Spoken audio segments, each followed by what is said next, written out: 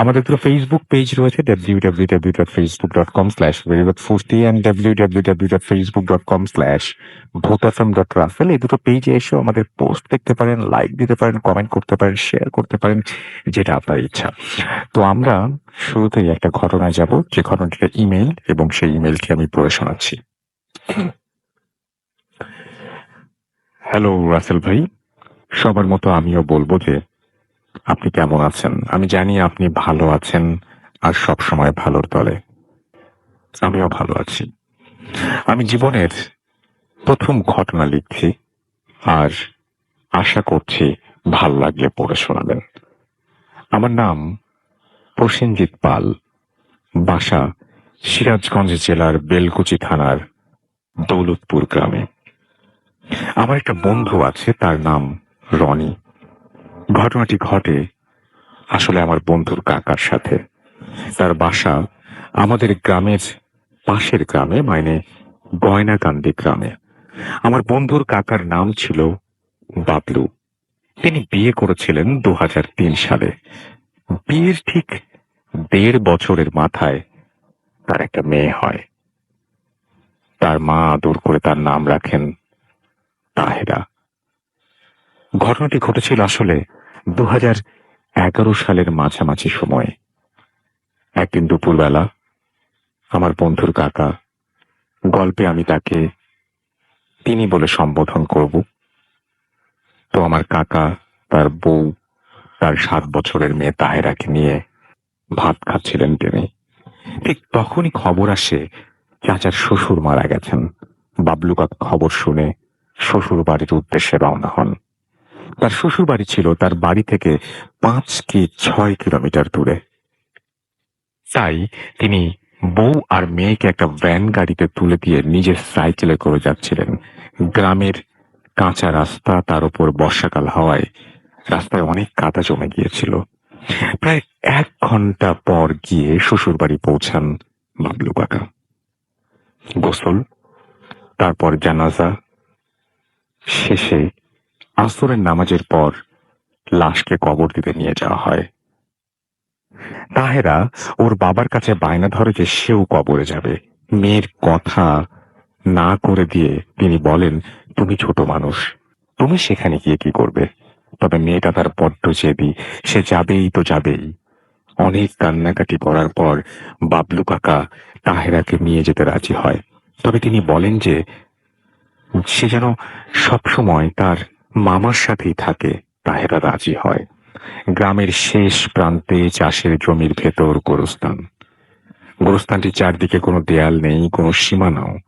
গোরস্থানে এসে বাবলু কাকা তাহেরাকে ওর মায়ের কাছে রেখে বলেন, এখানে চুপচাপ দাঁড়িয়ে থাকবা, কোথাও যাবা না। তারপর কাকা লাশটিকে মাটি দিতে কবরের কাছে চলে যান। কেমন করে লাশকে মাটি দিতে হয় তা দেখার জন্য ভীষণ কৌতূহলী হয়ে তাহেরা সেদিকে এগিয়ে যান। মামা কিছু না বলেই মাটি দেওয়া দেখতে বলে অপর পাশে দিয়ে কবরের পাশে যেই না গিয়ে উকি দিবে, তখনই একটা পুরনো কবরের ভেতরে ভেঙে পড়ে যায় তাহেরা। তারপর চিৎকার শুরু করে দেয়। বাবলু কাকা তাড়াতাড়ি মেয়েকে ভাঙা কবর থেকে তুলে বাসায় নিয়ে যান। তারপর মেয়েকে আচ্ছা মতো গালি দেন যে কেন সে তার কথা শুনল না। তাহেরার গায়ে যেন কাদা মাটি লেগেছিল। তা ধুয়ে দেন তাহেরার মা। যেহেতু মরা বাড়ি, শোকের ছায়া লেগে আছে, তাই আর ব্যাপারটাকে বেশি দূর বাড়ালেন না বাবলু কাকা। রাত প্রায় 8টা বাজে। খাওয়ার পর বাবলু কাকা তার বউকে বলেন, আমি তাহলে এখন বাড়ি যাই, কারণ গরু ছাগলগুলো আছে, আর তুমি মেয়েকে নিয়ে থাকো, কাল সকাল হলে চলে যেও। কাকি তাকে চলে যেতে বলেন। ঠিক তখনই তাহেরা ওর বাবার সাথে যাবে বলে বাস ছেড়ে। সবাই বলে, তুমি মায়ের সাথে থাকো, কালকে সকালে যেও। কিন্তু কে শোনে কার কথা? সে যাবে তো যাবেই। অবশেষে তার মেয়েকে সাথে নিয়ে যেতে রাজি হন তিনি। মেয়েকে সাইকেলের পেছনে নিয়ে কাকা রওনা হন। বৃষ্টির পানি জমে থাকায় রাস্তাটি কাদা ভরা। বাবলু কাকা আস্তে আস্তে সাইকেল চালিয়ে যাচ্ছিলেন। প্রায় 1 কিলোমিটার আসার পর সামনেই একটা বড় মেহগনি গাছের গাছ পড়ে এবং এর পাশে রাস্তা চলে গেছে। মেহগনি গাছের বাগানের কাছে আসতেই হঠাৎ সাইকেলের চেন পড়ে যায়। বাবলু কাকা সাইকেল থেকে নেমেই চেনটি তোলার সময় লক্ষ্য করেন তার পাশ দিয়ে কালো একটা বিড়াল চলে গেল। রমিজ মিয়া বিষয়টা আমলে না নিয়ে আবার সাইকেল চালাতে লাগলেন। মেহগনি গাছের বাগানটার মাঝে আসতেই আবার সাইকেলের চেন পড়ে যায়। রমিজ মিয়া আবার সাইকেল থেকে নেমে চেনটা তোলার সময় লক্ষ্য করেন সেই কালো বিড়ালটা আবারও তার পাশ দিয়ে চলে যায়। এবার একটু ঘাবড়ে যান রমিজ মিয়া। তিনি বুঝেছেন যে এটা স্বাভাবিক কিছু না। এই ঠিক হয়ে যায়। ঠিক তখনই আবারও লক্ষ্য করেন প্রচন্ড জোরে হাওয়া বইছে মেহগনি গাছের বাগানে, যেন সামনে এগোতেই পারছেন না। মেয়েকে এক হাতে ধরে কোনো রকমের সাইকেলটা ঠেলতে ঠেলতে বাগানের শেষে প্রান্তে আসতেই একটা মেহগনি গাছের ডালের উপর চোখ পড়ে তার। তিনি দেখেন সাদা কাফন পরা একটা মানুষ।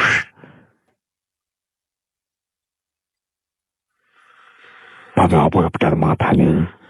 ভয়ে কলিজা শুকিয়ে আসে তার। তিনি ভাবেন মেয়ে যদি এটা দেখে প্রচন্ড রকমের ভয় পাবে। তাই তিনি মেয়েকে সাইকেলের পেছনের থেকে সামনে এনে কোলের ভেতর শক্ত করে জড়িয়ে ধরেন। মা, তুমি চোখ বন্ধ করে থাকো, আমি না বলা পর্যন্ত চোখ খুলবে না। এটা বলে রাখা ভালো যে তিনি অনেক সাহসী। তারপর রাস্তাতে দৌড়তে থাকেন। মেহগনি বাগানটা পেরোতেই এখন খোলা মাঠের ভেতর দিয়ে রাস্তা। বাবলু কাকা সাইকেল নিয়ে মেয়েকে চাপড়ে ধরে দৌড়াচ্ছেন। ঠিক তখনই দেখতে পান সামনেই পুরো রাস্তা জুড়ে সাদা কাফন পরা একটা লাশ শুয়ে আছে। এটা দেখে অনেক ভয় পেয়ে যান তিনি। তবে তাকে ভয় পেলে চলবে না, তাকে যেভাবেই হোক বাসায় পৌঁছাতে হবে। বাবলু কাকা আবারও মেয়েকে বলেন, মা, আমি না বলা পর্যন্ত কিন্তু তুমি চোখ খুলবে না। এরপর বাবলু কাকা লক্ষ্য করেন লাশটার পাশ দিয়ে সামান্য একটু জায়গা আছে যেখান দিয়ে সাইকেল চালিয়ে কোনো রকমে যাওয়া যাবে। রমিজ মিয়া সাইকেলে উঠে সেই লাশটার পাশ দিয়ে দ্রুত গতিতে সাইকেল নিয়ে পাশ কাটাতেই প্রচন্ড পচা পচা গন্ধ পান। মেয়েটাও তার গন্ধ পেয়ে বলে, বাবা, এটা কিসের গন্ধ? রমিজ মিয়া বলেন, ও কিছু না মা, তুমি চোখ বুজে থাকো। বাবলু কাকা আর একটু সামনে যেতেই পেছন থেকে তার বউয়ের গলার ডাক শুনতে পান। ডাক শুনেই তার মেয়ে বলে, বাবা, মা তোমাকে ডাকছে, মাকেও আমাদের সাথে নিয়ে চলো না।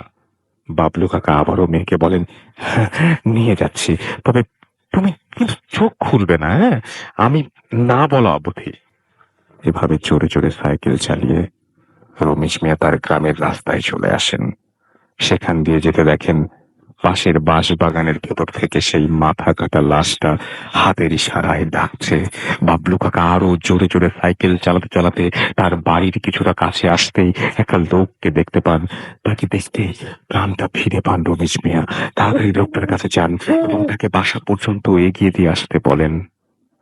পথে লোকটাকে বাবলু কাকা ঘটনাটা বললে লোকটা তাকে বলে, আমি তো মাঝে মাঝে অনেক রাতে এই পথ দিয়ে যাই, তবে কোনোদিন কিছু দেখিনি।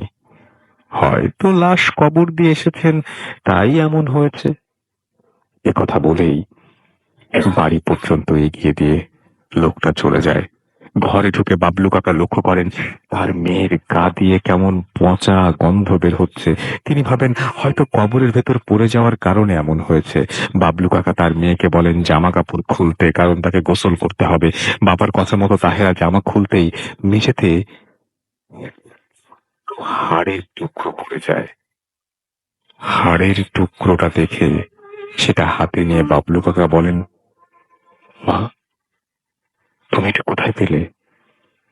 তাহেরা বলে, সে যখন কবরের ভেতর পড়ে গিয়েছিল তখন তার গায়ের ওপর এটা পড়েছিল, আর তখনই সে এটা পকেটে রেখেছিল, পরে এটা দিয়ে খেলা করবে বলে। মেয়ের কথা শুনে রমিজ মিয়া প্রচন্ড রেগে মেয়েকে অনেক বকাঝকা করেন আর তাড়াতাড়ি পাশের বাড়ির হুজুরের কাছে নিয়ে যান। হুজুর সব শুনে বাবলু কাকা তাকে হাড়টি নিয়ে একটা গ্লাসে পানি পড়া দেন আর বলেন, এটা একটা আঙুলের হাড়, আর এই হাড়টি তোমার মেয়ের সাথে আনার কারণেই পথে তোমাদের সাথে এমনটা হয়েছে। আর তুমি যদি পথে সেই সময় তোমার মেয়েকে চোখ বন্ধ করে না রাখতে বলতে, তবে তোমার মেয়ে সেটা দেখে প্রচন্ড ভয় পেত, এমনকি অনেক বড় ক্ষতিও হতে পারত। সব শুনে রমিজ মিয়া সেই পানি পড়া নিয়ে বাসায় চলে আসেন। তবে ঠিক সেদিন রাতেই রমিজ মিয়া স্বপ্ন দেখেন তার চাচা শ্বশুরের কবরের পাশের কবর, তার উপরে সেই কলাকাটা লাশটা তাকে বলছে, তোর অনেক সাহস, যে কারণে তোর মেয়েকে নিয়ে বেঁচে ফিরতে পারলি, না হলে তোর মেয়েকে আমি জ্যান্ত ফিরে পেতি না। আমি সেই রাতের পর থেকে বাবলু কাকাকে আর সেই ধরনের কোনো স্বপ্ন দেখেছেন বলে শুনিনি। সে ধরনের কোনো ঘটনার সম্মুখীনও তিনি আর হননি। আমার লেখা এই ঘটনাটি ভালো লাগলে সবার সাথে শেয়ার করবেন। আমার নাম প্রসেনজিৎ পাল। তো এই ছিল ঘটনা, এবং আশা করছি যে এই ঘটনাটি আপনাদের কাছে ভালো লেগেছে, এবং ভালো লাগলেই খুশি হব। আর জানাবেন ফেসবুকে নিশ্চয়ই যে কেমন লেগেছে কমেন্ট করে। আমরা চলে যাব আমাদের প্রথম অতিথির কাছে। তিনি ছবি তোলেননি, তার নামটা তিনি যদি বলতে চান তিনি বলতে পারেন, কোথা থেকে এসছেন সেটা যদি বলতে চান তাহলে আপনি বলতে পারেন, এবং আপনার ঘটনা তারপর আপনি শেয়ার করতে পারেন আমাদের সাথে। থ্যাংক ইউ রাসেল ভাই। আমি ফয়জুন সাইদ ডিএচএস থেকে আসছি। জি আমি আজকে আমাদের বাসার ঘটনাই শেয়ার করব। জি লাইক প্রথমে আমি আমাদের বাসার একটু ডেসক্রিপশন দিতে চাই। লাইক আমাদের বাড়িটা হচ্ছে 6 তলা, আমরা 4 তলায় থাকি। তো একদম শুরু থেকে আমাদের 6 তলাটা টোটালটাই অ্যাবান্ডন ছিল, আন্ডার কনস্ট্রাকশন। তো ওই জায়গাটা 6 তলাটা সবসময় খুব ডার্ক হয়ে থাকতো। সবসময় অন্ধকার থাকতো সন্ধ্যার পর থেকে সারারাত। তো আমরা সবসময় এভয়েড করতাম যে সন্ধ্যার পর ছাদে বা 6 তলায় যাওয়ার ব্যাপারটা। আর সেই মুহূর্ত পর্যন্ত আমাদের বাড়ির লিফটটা লাগানো হয় নাই। তো আমাদের যদি ছাদে কখনো যেতে হতো তাহলে আমাদের 6 তলাটা ক্রস করে যেতে হতো। তো আমার ভাইরা হচ্ছে আগে ছাদে ফুটবল বা ক্রিকেট খেলতে যেত, বা 6 তলায় হয়তো মাঝে মধ্যে যেত শুরুর দিকে। সো ওদের সাথে ইনসিডেন্টস গুলো হয় কি, লাইক ওরা যখন নাকি ওই ফ্লোরটাতে ঢুকে, লাইক মাগরিবের আগে যখন নেমে আসে বাসায়, সো আমার ভাইয়ের আর কি আমাকে বলে, এসে কমপ্লেন করে যে দেখো আমার পিঠে খুব বার্ন করছে, লাইক কিছু হয়েছে নাকি একটু চেক করো। তো আমি তখন ডিসকভার করি লাইক ওর পিঠের মধ্যে লাইক 1 ফিটের থেকে একটু কম, লাইক 5 আঙ্গুলের পুরো থাপ্পড় দিলে যেরকম একটা রেড কালারের দাগ হয়ে যায়, অনেক ডিপ এরকম দাগ। তো এই ঘটনাটা, এই দাগের ব্যাপারটা ওর সাথে 2 বার হওয়ার পর আর কি আমরা আর কি সবাই অ্যাভয়েড করতাম, এবং ও অ্যাভয়েড করতো যাতে ও ছাদে না যায় সন্ধ্যার দিকে। তো আমরা আর কি ছাদে গেলেও লাইক একা কখনো যেতাম না, লাইক 2-3 জন করে ছাদে মুভ করতাম। সো এইটা একটা ঘটনা আমাদের বাড়ির এক ঘটনা, কমন ঘটনা। আপনার সাথে বেশ কিছুদিন ধরেই নানান ধরনের ইনসিডেন্ট হয়। আপনি বলছিলেন যে এর আগের যে বাসা, তারপরে এখানকার বাসা, সেই ঘটনাগুলো কি আসলে কি হয় আপনাদের সাথে? যেমন আপনাকে ডাকে অনেকে, বা আপনি এটাই আমাদের প্রেজেন্ট বাড়ির ঘটনাটা। জি যেমন আমাদের আর এইটা তো আমি বাসার ঘটনাটা, বাসার ডেসক্রিপশনটা দিলাম যে আমাদের বাসার বর্ণনাটা। আর এছাড়া হচ্ছে আমাদের বাসায় রাত 1টা 12টা 1টার পর থেকে লাইক একটা কনস্ট্যান্টলি না একটা রিদমিক হাঁটার সাউন্ড হয়। লাইক কেউ এক মাথা থেকে ও মাথা যাচ্ছে, ও মাথা থেকে এই মাথায় হেঁটে হেঁটে আসতেছে। লাইক এরকম না, খুব লাইট একটা সাউন্ড, মানে কেউ ধপ ধপ ধপ করে হেঁটে ওই মাথায় যাচ্ছে, আবার ওই মাথা থেকে এই মাথা যাচ্ছে। এটা একদম রেগুলার একটা ব্যাপার। তো প্রথম দিকে আমরা মানে 5 তলায় হয়তো বলতাম যে তোমরা কি এরকম জেগে থাকো?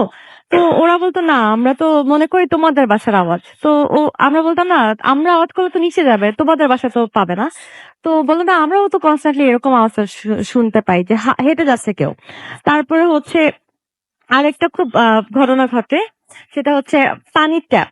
লাইক আমাদের প্যাঁচানো কল না, লাইক আপ এন্ড ডাউন যে কলটা, ওটা যেমন আমি রাত্রেবেলা মানে এই সব ইনসিডেন্টস এর কারণে আমি আমার টিউব লাইট অফ করে আমার যে মিডল লাইটটা থাকে ওটা আমি জ্বালাই ঘুমায় থাকি, এন্ড আমি রাত্রে সবকিছু চেক করে ঘুমাই। এরকম হয় হঠাৎ হয়তো আমি ইউটিউব দেখতেছি বা বই পড়তেছি, হঠাৎ করে আমি মানে শুনতে পাই যে ওয়াশরুমের পানির কলটা তো খুলে গেল। এবং এরকম না যে টিপ টিপ করে পানি পড়তেছে। আমি যে দেখি একদম পুরো একদম ফুল রিদমে পানিটা একা একাই। একা, একা পড়তেছে। আমি ওইটা হয়তোবা একটা নিজের মনে একটা বুঝ নিয়ে যে সায়েন্টিফিক কিছু একটা বা একটু দোয়া-টোয়া পড়ে ওটা অফ করে হয়তো আমি একটু ঘরের লাইটগুলো জ্বালায় আবার চেক করে আবার বসে লাইটই জ্বালায় রাখি। এটা একটা খুব মানে রেগুলার বেসিস একটা হয়। লাইট জ্বালানোর ব্যাপারটা ছিল এটা এখন অনেক একটু কমছে। আরেকটা ব্যাপার হয় যে আমাদের বাসায় গেস্টরা থাকে না। মানে আচ্ছা। কি ১-২ দিন প্রবলেম হয় তাদের সাথে? ১-২ দিন থাকার পর ওদের সাথে এমন না যে পার্টিকুলার ১-২ জনের সাথে হয়। মানে রেগুলার বেসিসেই যারা থাকে ওদের সাথে এটা হয় কি? মানে যেটাকে বলে স্লিপ প্যারালাইসিস যেটা হয়। অনেকে বলে বোবায় ধরে সামথিং। হুম, এটা হুম। স্লিপ প্যারালাইসিস হয় এবং অনেক ব্যাড ড্রিমস করে। আচ্ছা। তো এই ইনসিডেন্স টা হয়। আমার সাথে লং টাইম হইছে এই ব্যাপারটা। লাইক আমার ২৭ বছর মানে লাইক ২ বছর আগ পর্যন্ত আমার সাথে এই ঘটনা ঘটছে যে স্লিপ প্যারালাইজ যে আমি প্রত্যেকদিন এমন কোন দিন নাই যে আমি ঘুমের মধ্যে চিৎকার না করতাম যে আমার স্লিপ প্যারালাইসিস হইছে। এই ঘটনাটা আমার সাথে হতো না। তো আমি যখন নাকি আমি কনস্ট্যান্টলি যে ভয় থেকে নামাজ পড়াটা শুরু করছিলাম রেগুলার যে আমি আজান শুনলেই নামাজ পড়তে দাঁড়ায় যেতাম। আচ্ছা। তো হয়তোবা নামাজ পড়ার কারণে এবং আয়াতুল কুরসি সবসময় পড়ার কারণে আমার স্লিপ প্যারালাইসিস টা হয় না। বাট আমার ভাইয়ের সাথে হতো এবং হয়ও।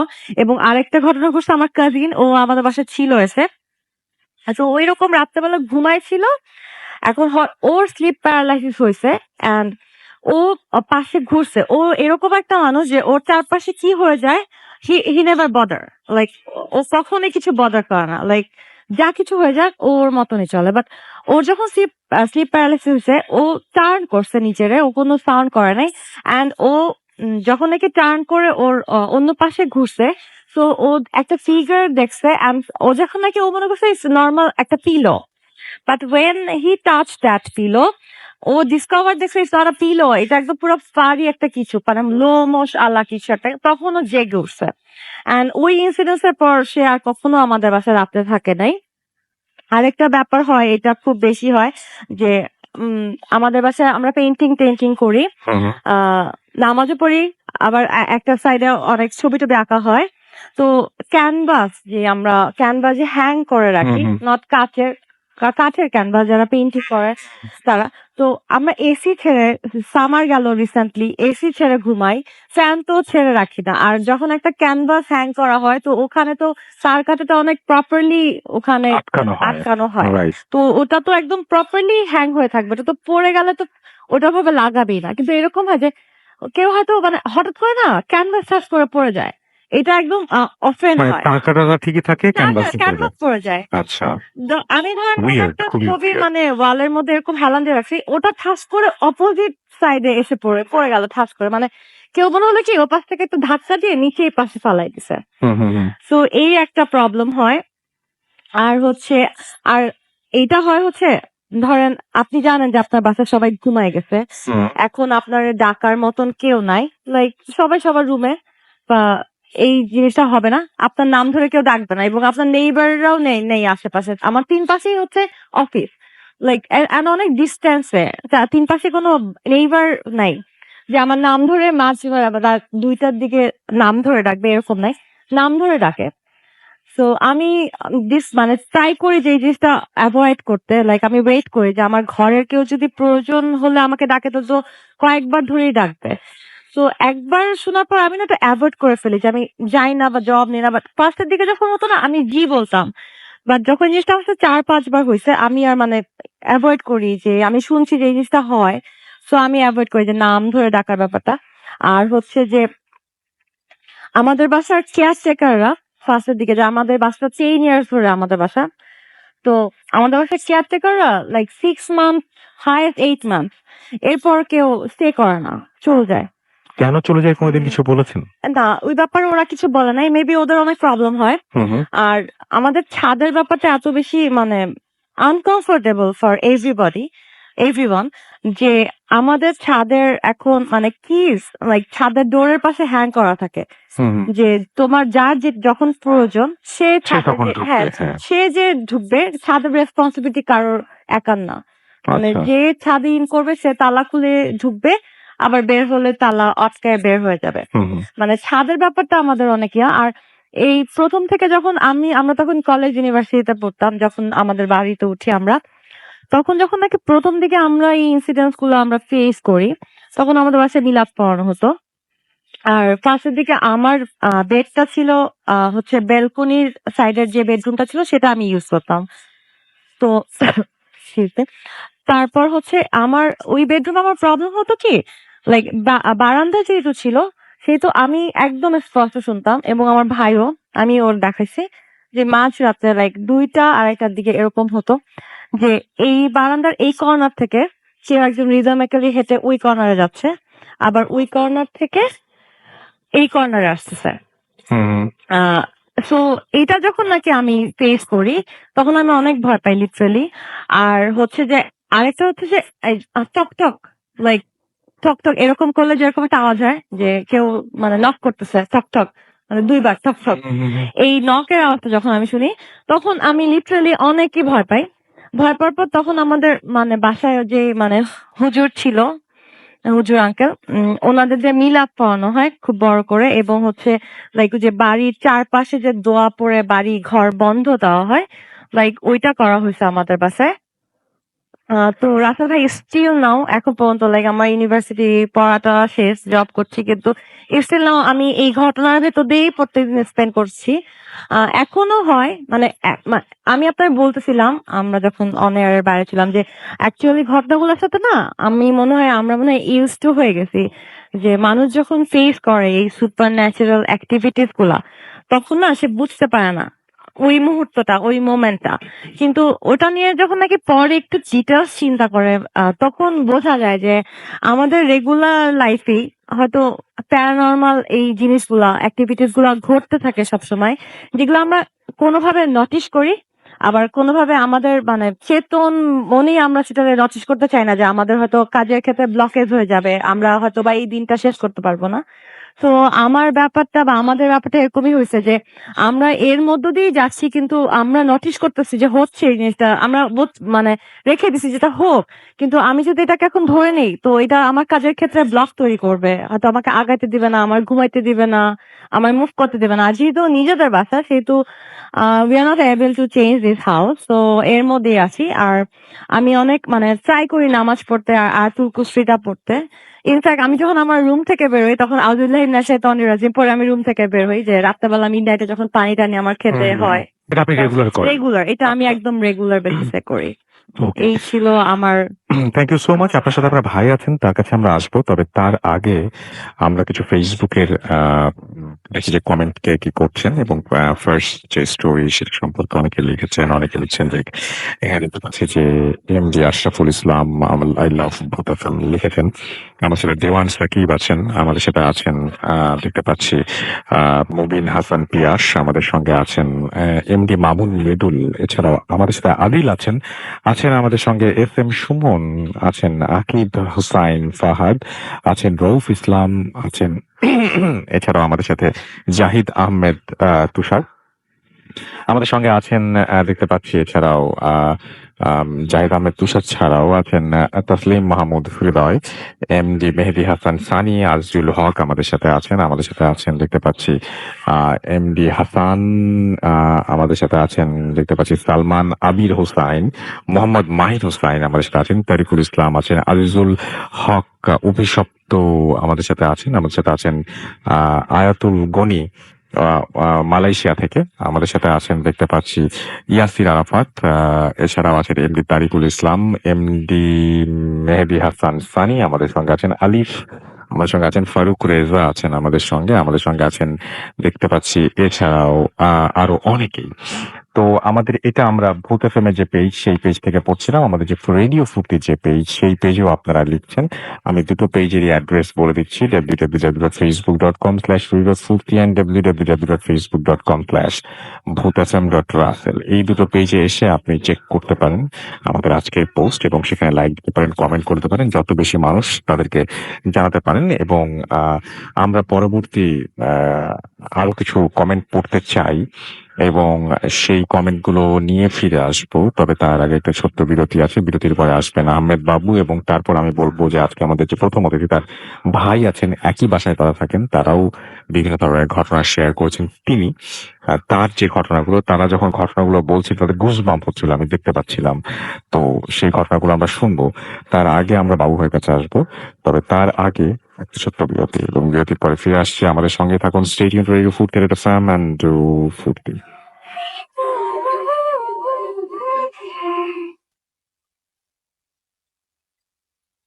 রাইট, আমরা বাড়ি নিয়ে ঘটনা শুনছিলাম এবং বাড়ি নিয়ে আরো ঘটনা আছে। The night comes live with Grameenphone. You are listening to radio ফুড রেড এফএম। আমি রাস্তার আছির সাথে, আমার সাথে রয়েছে মাসুম ভাই এবং এই মুহূর্তে বাবু ভাই তার একটা ঘটনা বলবেন, সেটাও বাসা রিলেটেড এবং আগের ঘটনাটাকে টেনেই তিনি তার ঘটনাটি শুরু করছেন। আমরা চলে যাচ্ছি বাবু ভাই দ্বারা। হ্যাঁ রাসেল ভাই, হ্যালো রাসেল ভাই, হ্যালো অডিয়েন্স, সবাইকে জানাচ্ছি ফুড এফএম এর শুভেচ্ছা। আজকের কাহিনী বলবো বাসা নিয়ে আর কি। জি। যদিও এখানে গেস্ট এসেছেন, ওনাদেরও বাসা সম্পর্কিত কিছু অভিজ্ঞতা আছে এবং আমি যে কাহিনীটা বলবো এটাও বাসা সংক্রান্ত। আর তার সাথে কিছু রেফারেন্স টেনে নিয়ে আসবো। আমার আগের বলা কিছু কাহিনীর মধ্যে কিছু বাসার রেফারেন্স ছিল, আর সেগুলো যেহেতু আমার নিজের ফার্স্ট হ্যান্ড এক্সপিরিয়েন্সও আছে সেটাও নিয়ে আসবো। তো সেভেন ফার্স্টে আমি কাহিনীটা বলি। এটা হচ্ছে কল্লোলের কাহিনী। Kallol was one of my students. তো ও ছিল নারায়ণগঞ্জে থাকতো, আর ওর ফ্যামিলি একসময় ইন্ডিয়াতে মাইগ্রেট করে, কাজ ওরা ইন্ডিয়ার থেকে এসেছিল আর কি একসময়। তো ওরা মাইগ্রেট করে চলে যায়, অ্যান্ড মানে মাইগ্রেশনের কিছু প্রসেস থাকে, এর মধ্যে যাওয়া আসা করতে হয় আর কি, ওদের কোম্পানি টম্পানি অনেক কিছু ছিল আর কি। তো ওর বাবারা ওখানে একটা বাড়ি নেয় আর কি। সে বাড়িটার মধ্যে ওর বাবা বাবু বলে, ওরা বাবু বলে, ওরা যে ওখানে বাসাটা রেডি করে ওনারা চলে যায় আরো অনেক কাজে। তো Kallol in the meantime Bangladesh থেকে মুভ করে সেখানে, এবং সে ওই বাসাটায় তাকে থাকতে হয়। কল্লোলের ফ্রেন্ড, আমার পুরো নাম বললে হয়তো চিনে ফেলবেন, আমি পুরো নামটা বলছি না। যাই হোক, ও ওই বাসাটায় থাকে যখন, তো তখন ও বলল যে স্যার, আমি যখন উঠেছি বাসাটায় তখন আমার বাবুরা কেউই ওই বাসায় আসলে মানে থাকছে না। আচ্ছা। ওনারা জাস্ট বাসাটা নিয়েছে এবং একটা পোর্শন আমাকে খুলে দিয়েছে। ওটা মানে বেশ প্রায় 5 কাঠা জায়গার মধ্যে বাসা, মানে বেশ মোটামুটি বেশ ভারতের ওই অঞ্চলটা বেশ ডেন্সড, অনেকটা আমাদের পুরান ঢাকার মতো। আচ্ছা।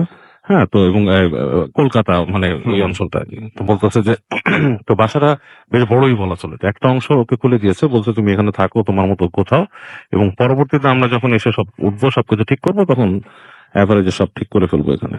তো যাই হোক, ও থাকা শুরু করে। ওর কাছে অ্যাকচুয়ালি ও নারায়ণগঞ্জে বড় হয়েছে, ওর কাছে এটা আসলে একটু ডিফারেন্টই লাগছে এলাকা এবং সবকিছু মিলায়। তো ও যখন থাকা শুরু করে, প্রথম দিন যখন ওখানে গেছে, একজন কেয়ারটেকার ছিল। কেয়ারটেকার তাকে বলতে যে, বাবু এখানে তো একলা থাকছেন, কোনো দরকার হলে আপনি আমাকে খবর দিবেন, আমি আপনাকে সব হেল্প করব। আর আপনার নিচ তলায় কেউ নাই তালা মারা, সুতরাং বাড়িতে আপনি পুরোই একলা। আপনার যদি কোনো কিছু দরকার হয় অবশ্যই আমাকে খবর দিবেন, আমি এসে আপনাকে করে দিব।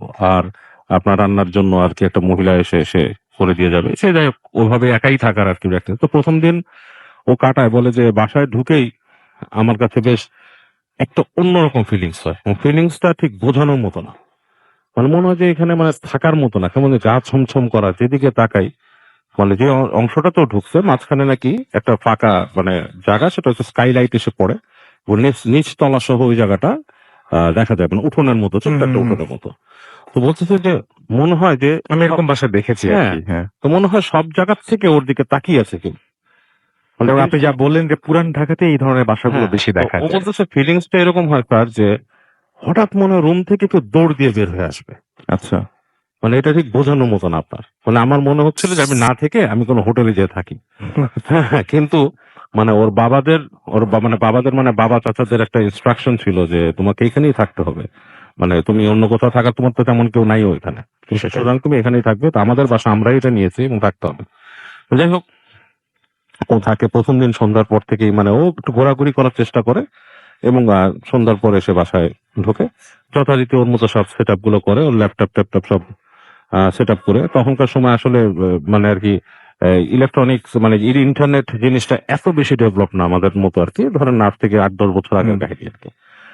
তো যাই হোক, ও সব সেট আপ টেট করে বসে, সন্ধ্যার পর চেষ্টা করে যে একটু ডিভিডিতে মুভি দেখবে, এগুলা চিন্তা ভাবনা করে বসে থাকে।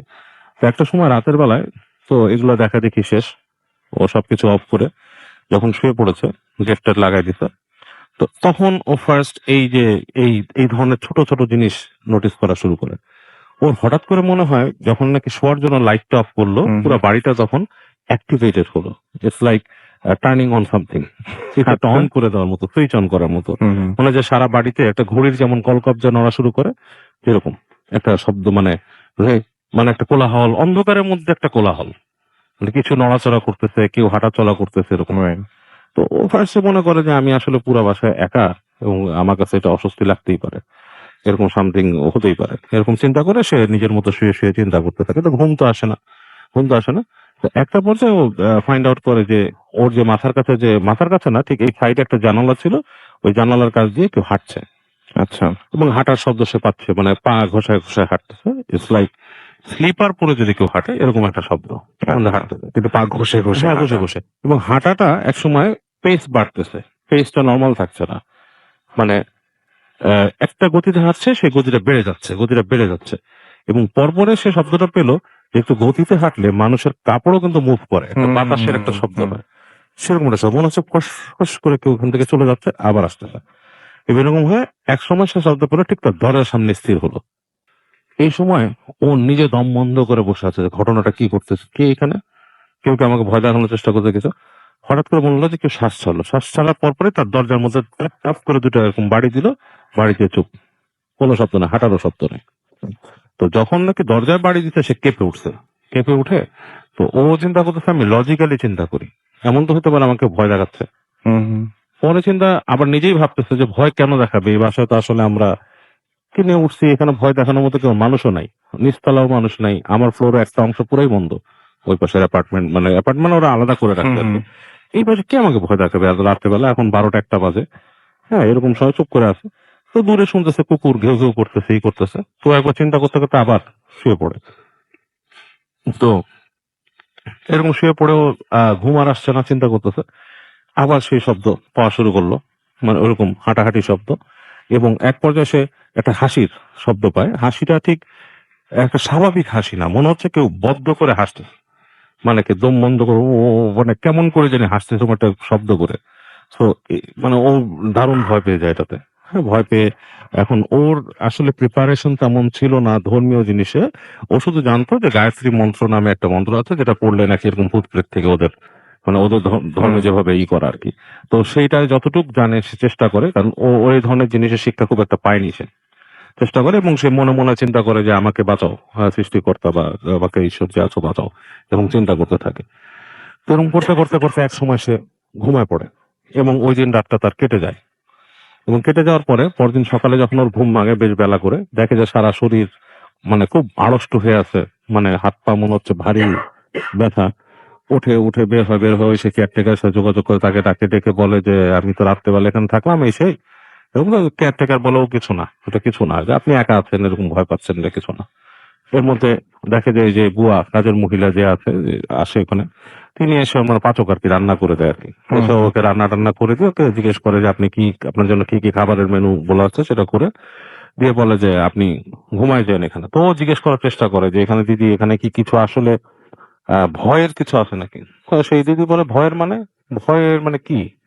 তো বলতেছে আমি এরকম রাতের বেলা এরকম ভয় পেয়েছি। বলো ওরকম কিছু নাই। হুম। মানে সে আর কথা বলতে চায় না। তবে ওই মহিলা, সে বুঝতে পারলো যে মহিলা বেশিক্ষণ বাসায় থাকতে চায় না, সে কোনো মতে তার কাজটা সেরে ওখান থেকে চলে গেছে। আচ্ছা। তো ওর মতো খাওয়া দাওয়া করলো, একটু বাইরে গেছে, ঘুরছে, ঘুরে ফিরে ওখানকার নিউ মার্কেট ওসব এলাকায় ঘুরছে, ঘুরে ফিরে আবার ব্যাক করে আসছে বাসা। সন্ধ্যার সময় বাসায় আসতে যেই আবার তার ভয় লাগা শুরু করলো যে এরকম কি ঘটনা ঘটতেছে। তো যাই হোক, তো বাসায় এসে সে আপনার রাত্রেবেলা এক সময় সে রাতে শাওয়ার নেওয়ার অভ্যাস, এরকম করে সে বাথরুমে গেল। বাথরুমে যে যখন সে মোটামুটি গোসল করার প্রিপারেশন নিচ্ছে, এই সময় হঠাৎ দেখে যে রুমের টাস করে লাইটটা নিভছে, এবং লাইটটা নিভছে যে এটা যে মানে ইলেকট্রিক্যাল কিছু না, মানে কারেন্ট চলে যাওয়া না, সেটা সে বুঝতে পারছে, কারণ বাইরে সুইচটা যে ছিল ওইটা কিন্তু টিপ সুইচ, এবং করে সুইচ পড়ার শব্দটা সে পাইছে।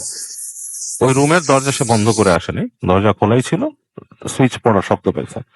এবং তখন সে হঠাৎ ভয় পায় যে কে রুমে ঢুকে বন্ধ করে দিল, এবং ঘুরঘুরটি অন্ধকার বাথরুমের ভেতরে। হ্যাঁ, ওর কাছে মানে খুবই মানে লাগছে, মানে ভয় লাগছে। তো ঘুরে বাথরুমের দরজাটা খোলার চেষ্টা করে, দেখে দরজা খুলছে না। দরজা পুরো স্টিপ হয়ে আছে, মানে ওটার মধ্যে একটা নব সিস্টেম ছিল, হুম, হুম, মানে যে হুম। খুলে যে ঘুরে এরকম নব পুরো স্টিপ। ও ওখানে টিপ দিয়ে ঢুকছে আর কি, দেখে যে নব পুরো স্টিপ এবং মানে ঘুরছেই না, অনেক চেষ্টা করছে ঘোরানোর, খুব ঘুরছে না, এবং এই পর্যায়ে ও প্রায় ফ্রিজ হয়ে যায়, মানে এতটা ভয় পায় যে লাইক মারা যাওয়ার মতো অবস্থা। তো যখন নাকি খুবই সে মানে সেন্স হারায় ফেলতেছে, এরকম সময় সে হঠাৎ করে দরজাটা খুলে যায়, ঠাস করে দরজা খুলে যায় এবং সে বাইরে আসে। বাইরে এসে তার ঢুকে দেখে রুমের ভেতরে কিছু নাই, ওই পাশে বারান্দায় আলো জ্বলছে, জ্বালায় গেছিল। সুইচের কাছে দেখে সুইচটা আসলে কেউ নিভাই দিছে ওখানে, আচ্ছা। এবং সুইচটাকে সে অন করে। সে বাথরুমে যায়, বাথরুমে করে রাত্রেবেলা শুয়ে থাকে এবং যথারীতি সেরকম চলার শব্দ, এবং ওই যে হাসিটা ঠিক না, ইটস লাইক কাইন্ড অফ এ গোঙানি টাইপের একটা শব্দ আসতে থাকে। এবং ও এবার করে কি, মানে বুঝে যে আমাকে তো এখন থাকতেই হচ্ছে, ঘটনাটা কি, সে উঠে যায়। সে যখন বিছানা থেকে নামে তখন দেখে যে ওখানে আর কিছু নাই, মানে ওই কোনো শব্দ টব্দ সব বন্ধ হয়ে গেছে। এখন এখানে আমি একটা ছোট্ট রেফারেন্স দিয়ে রাসেল ভাই, আমি কিন্তু ওই সেম জিনিস কাইন্ড অফ এক্সপিরিয়েন্স করেছিলাম, মানে ওর কল্লোলের হুম। সিচুয়েশনের সাথে আমার একটা সেম সিচুয়েশন আছে। যে আমরা একটা বাড়িতে ছিলাম, যখন আমরা বাড়ি তৈরি করি তখন ভাড়া ছিলাম একটা বাসায়। সেই বাসায় কিন্তু আমার বেডরুম থেকে এরকম একটা ঘটনা আমি দেখেছিলাম, যে আমার গেটের নিচ দিয়ে কিছু একটা আমরা মানে এরকম যাচ্ছে একজন হেঁটে, হুম, হুম, হুম। এবং তখন আমি চিন্তা করছিলাম যে এটা মনে হয় আমাদের বাড়ির বুয়া, বুড়ি একটা বুয়া আছে, হুম, হুম। উনি মনে হয় হাঁটে। তো তখন আমি চিন্তা করতাম যে বুড়ি এখানে এভাবে হাঁটছে রাতের বেলা কেন, আমার আম্মুর রুম পাশে, আম্মুর রুমে যাচ্ছে আমার রুমের সামনে দিয়ে, এটা পাগলামি নাকি? একবার চিন্তা করলাম এটা কি আমাদের বাসার সামনে গাছ আছে, গাছের ছায়া, নারকেল গাছের ছায়া। পরে আমি কি করলাম, উঠলাম, উঠে যে ঠিক ওখান থেকে যে ওই গেটটা খুললাম, তখন দেখি কোনো কিছুই নাই। হুম, হুম। হেঁটে যে আমি দেখলাম নারকেল, সব লাইট নিভাই যে একই অবস্থা বানালাম, দেখলাম নারকেল গাছের ছায়া এখানে আসেই না, ওটা ড্রয়িং রুম পর্যন্তই থাকে। আবার এসে শুনলাম কিছুক্ষণ পর আবার সেই ছায়া, এবং পরবর্তীতে আমি হেঁটে হেঁটে হেঁটে হেঁটে ঠিক পা টিপে টিপে দরজার কাছে গিয়েছি, যে দেখতে যে ঘটনাটা কি। হেঁটে যখন যাচ্ছে, যেই আমার গেটের সামনে পাটা পড়েছে, আমি ওই সময় ঠাস করে দরজা খুলছি এবং দেখছি কিচ্ছু নেই। So, কল্লোলের এই কাইন্ড অফ থিংটা কিন্তু একই রকম। মানে মোটামুটি হ্যাঁ, কাছাকাছি এটা আমি একদম। নিজে ফার্স্ট হ্যান্ড হুম, এক্সপিরিয়েন্স হুম। থেকে বললাম। ও যখন গেল গেটের কাছে, ও দেখে যে কেউ নাই ওখানে, তো একটা করে হচ্ছে বাংলাদেশে, একটা করে হচ্ছে কলকাতায়, কলকাতা, একটা ঢাকায়, একটা কলকাতায়, কলকাতায় এবং same kind of same kind of stories. Thing. এবং ও তখন প্রচন্ড ভয় পায়, ঘটনাটা কি, এরকম কেন ঘটতেছে। তো আবার গেটটা লাগে এসে আসে, আবার ঠিক সেম কিছুক্ষণ পর সেই হাঁটা, একই জিনিস অব্যাহত থাকে, এবং ওই গোঙানির শব্দটা ওর গেটের কাছে, এবং মনে হচ্ছে এরপর ঘুরে ঘুরে কেউ যায় এদিকে ওদিকে, এরকম শব্দ হয়। এবং ও মানে এক পর্যায়ে ভয় পায়, ভয় পেয়ে ফ্রিকড আউট হয়ে যায় ভোরের দিকে, এবং সে কি করে, গেট খুলে ওই শব্দ কোনখান থেকে আসতেছে, ও গেট খোলার পরে শব্দটা পাইছে, যে ওখানে শব্দ হচ্ছে কোথায়, রান্নাঘরে। এবং ও যখন হেঁটে হেঁটে রান্নাঘরের কাছে যায় রাতুল ভাই, তখন দেখে যে ওই শব্দটা কিন্তু আছে রান্নাঘর থেকে। ইটস লাইক গোঙানি এবং একটা হাসি টাইপের শব্দ। এবং ও যখন রান্নাঘরের দরজায় দাঁড়ায়, দাঁড়ায় দেখে যে জানালার কাছে, রান্নাঘরের জানলা দিয়ে হালকা বাইরের আলো আসছিল, আর্টস লাইট, ওইখানে কোন একটা মানুষ ঠিক সিঙ্কের উপর পা ঝুলায় বসে আছে। এন্ড দেখে মনে হচ্ছে কোনো ফিমেল শেপই হবে, কারণ মনে হচ্ছে মাথায় অনেক চুল, এবং বেশ একটা আবছা অবয়বের মতো, যে চেহারা কিচ্ছু দেখা যাচ্ছে না এরকম। ও দেখে ঝেড়ে দৌড় দেয় ওখান থেকে, আচ্ছা। দৌড় দিয়ে সে একদম সোজা রাস্তায় এসে পড়ে, রাস্তায় এসে দাঁড়ায় থাকে গেটের সামনে, মানে সে আর বাসায় ঢুকবে না, এরকম অবস্থা। সে পরদিন যেভাবে হোক সকালে আলো ফোটার পর বাসা ঢুকে বাবার সাথে যোগাযোগ করে, ওর বাবুর সাথে। হুম। তো ওর বলে যে আমি তো আছে, দুপুরের পরে তোমার যে কাকা সে আসবে। তোর কাকা আসে, কাকা এসে যে কথা বলে কেয়ারটেকারের সাথে, ইসের সাথে। তখন কথায় কথায় বের হয় যে ওই বাসায় নাকি একটা মানে বোবা মেয়ে থাকতো আর কি, সে মেয়েটাকে কারা মেরে ফেলছিল ওখানে। এবং মাঝে মাঝে অনেকে এরকম দেখে, মানে এই এই এই ধরনের জিনিসপত্র ওখানে দেখে। এবং মানে আরো কিছু ভয়ের জিনিস মানুষ দেখতো ওখানে, যেমন মানুষ দেখা গেছে যে কেউ গোসল করতেছে, হঠাৎ করে দেখা যাচ্ছে যে ট্যাঙ্কির থেকে পানি বন্ধ করে দিছে, মানে ট্যাঙ্কের পানি কেউ বন্ধ করে দিছে, এই ধরনের জিনিসপত্র। সো ওভারঅল এক্সপিরিয়েন্স যেটা রাসেল ভাই, এরকম তো আমি যেটা বললাম যে আমি যে বাসায় ছিলাম সেখানেও দেখছি কেউ হাঁটতেছে এরকম পায়ের শব্দ। এবং ওখানে শুনছি যে অনেকের নাকি দেখছে ওখানে যে বাড়িওয়ালার বাসাতেও নাকি রান্নাঘরের জিনিসপত্র ফেলে দিত, ধুমধাম করে ফেলে দিত। হ্যাঁ, এবং ওনাকে পা ধরে টেনে নাকি ফেলে দিত, সোফার থেকে নামায় ফেলছে, এরকমও নাকি ঘটে।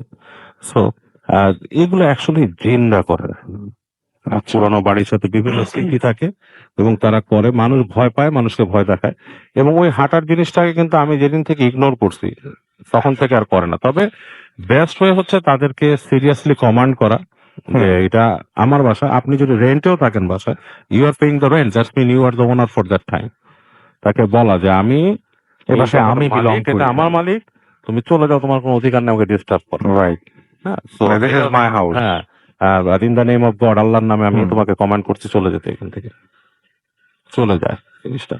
ওকে, থ্যাংক ইউ সো মাচ বাবু ভাই। আমরা একটু আমাদের আরেকজন আছেন আমাদের সাথে ওই একই বাসায় থাকেন, প্রথম যে ঘটনাটি শুনছিলাম, এবং তিনি আসলে একজন ভিকটিম।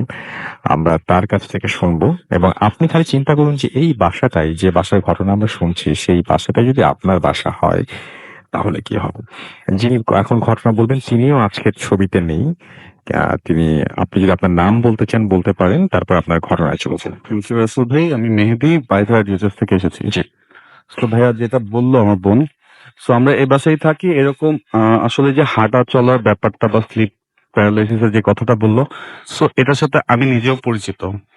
স্লিপ প্যারালাইসিসের ব্যাপারটা যদি আমি বলি, আমার প্রায় 3-4 বছর ধরে প্রায় প্রতিদিনই হতো এরকম। 3-4 বছর এরকম হতো হতো হতো।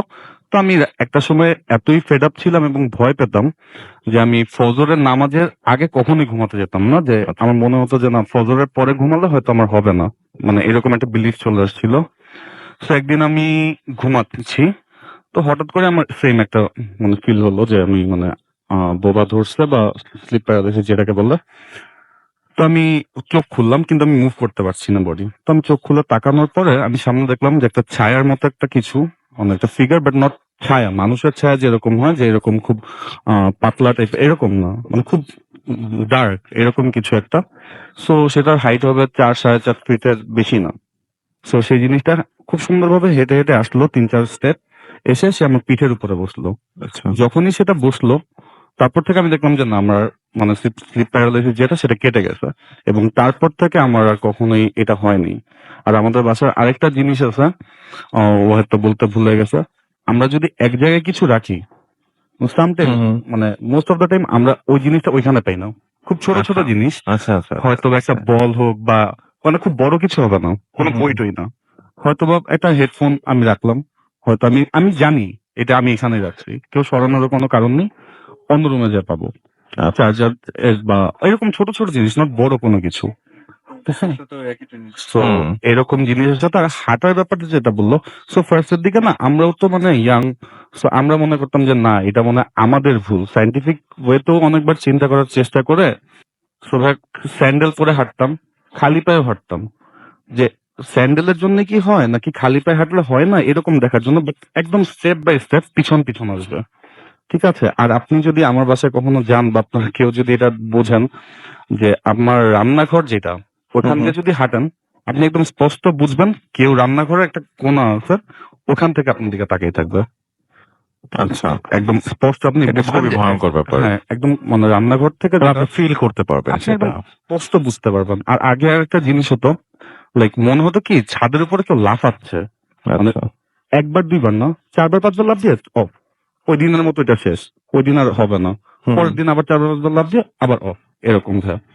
তো এবং আপনি বলছিলেন যে আপনাদের বাসায় আসলে আর কেউ থাকার কথা না, আপনার অফিস টফিস এইগুলো। হ্যাঁ হ্যাঁ হ্যাঁ, আমার তো আশেপাশে সবগুলি অফিস, আর হুম। একটা ইউনিটের বাসা যেহেতু, সো নেইবারও কেউ নেই। সেটাই। আর যেগুলো বিল্ডিং গুলো একটু দূরে দূরে আমাদের, এত হুম, হুম, কাছে হুম। কাছে না, কনজাস্টেড না। সো আশেপাশ থেকেও যে কিছু হবে সেরকমও না। আর আরেকটা জিনিস, আর ছোট বাসাও না যে মানে আমাদের ইয়া হবে।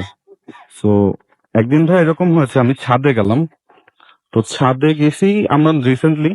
তো আমি ছাদে কখনো নর্মালি যাই না, হুম, যেহেতু মানে প্রবলেম আছে সবাই জানে, এবং আমি আগে যখন যেতাম টেতাম তো আমার অনেক স্ক্র্যাচের দাগ থাকতো গায়ে।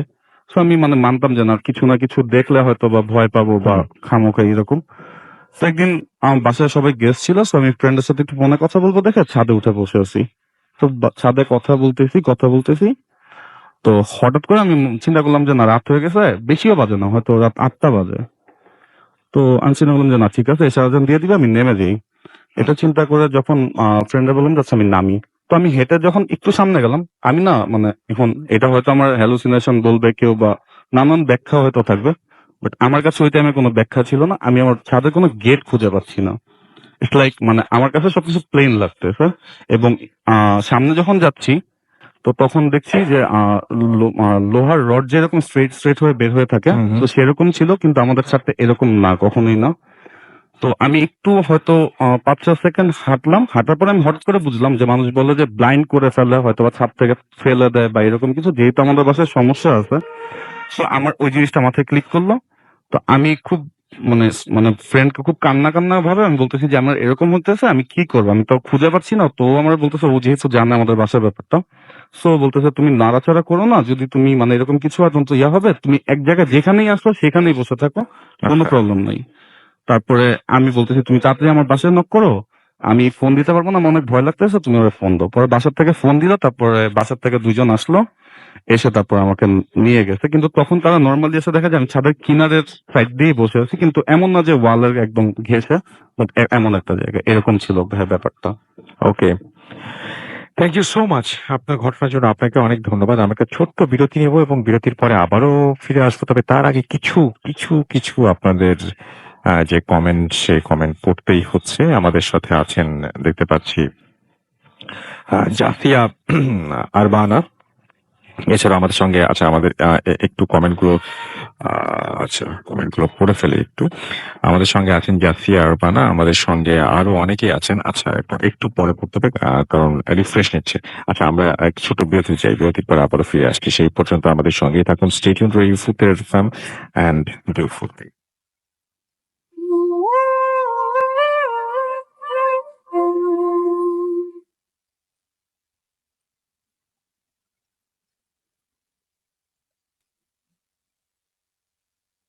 আসসালামু আলাইকুম রাসেল ভাই। আশা করি ভালো আছেন। বাট তারপরেও আমার যতটুকু মনে হয় আমার জিজ্ঞেস করা উচিত যে আপনি কেমন আছেন। ভাই, দুনিয়াতে কোনো মানুষই সবসময় ভালো থাকে না, ইভেন কোনো মানুষই সবসময় খারাপ থাকে না। কিছু সঙ্গত কারণে আমি আমার নাম, পরিচয়, আমার অ্যাড্রেস কোনো কিছুই দিতে পারতেছি না। তো যাই হোক, আমি আজকে আপনাদের কাছে যেটা শেয়ার করতে যাচ্ছি সেটা কোনো স্টোরি না, it is part of my life. Still এটা এখনো চাপা পড়ে যাচ্ছি, জানি না এটার থেকে কবে মুক্তি পাবো। যাই হোক, এত কথা না বলে আমি মেন স্টোরিতে যাই। সেম 2015 আমি আমার স্টাডি শেষ করে আমি একটা মাল্টিন্যাশনাল কোম্পানিতে জয়েন করি আমার বাবার রিপ্লেসমেন্টে। তো অফিসের ভিতরে একটা স্টাফ কোয়ার্টার ছিল। তো স্টাফ কোয়ার্টারের ভিতরে আমি থাকতাম। আমার ফ্রেন্ড সার্কেল, অফিসের কলিগ যারা আসলে পরিচিত, সব একসাথে থাকতাম। তো somehow সেই সময় তো অন্য কোনো এন্টারটেনমেন্টের জন্য বাইরেও আমি আসতে পারতাম না।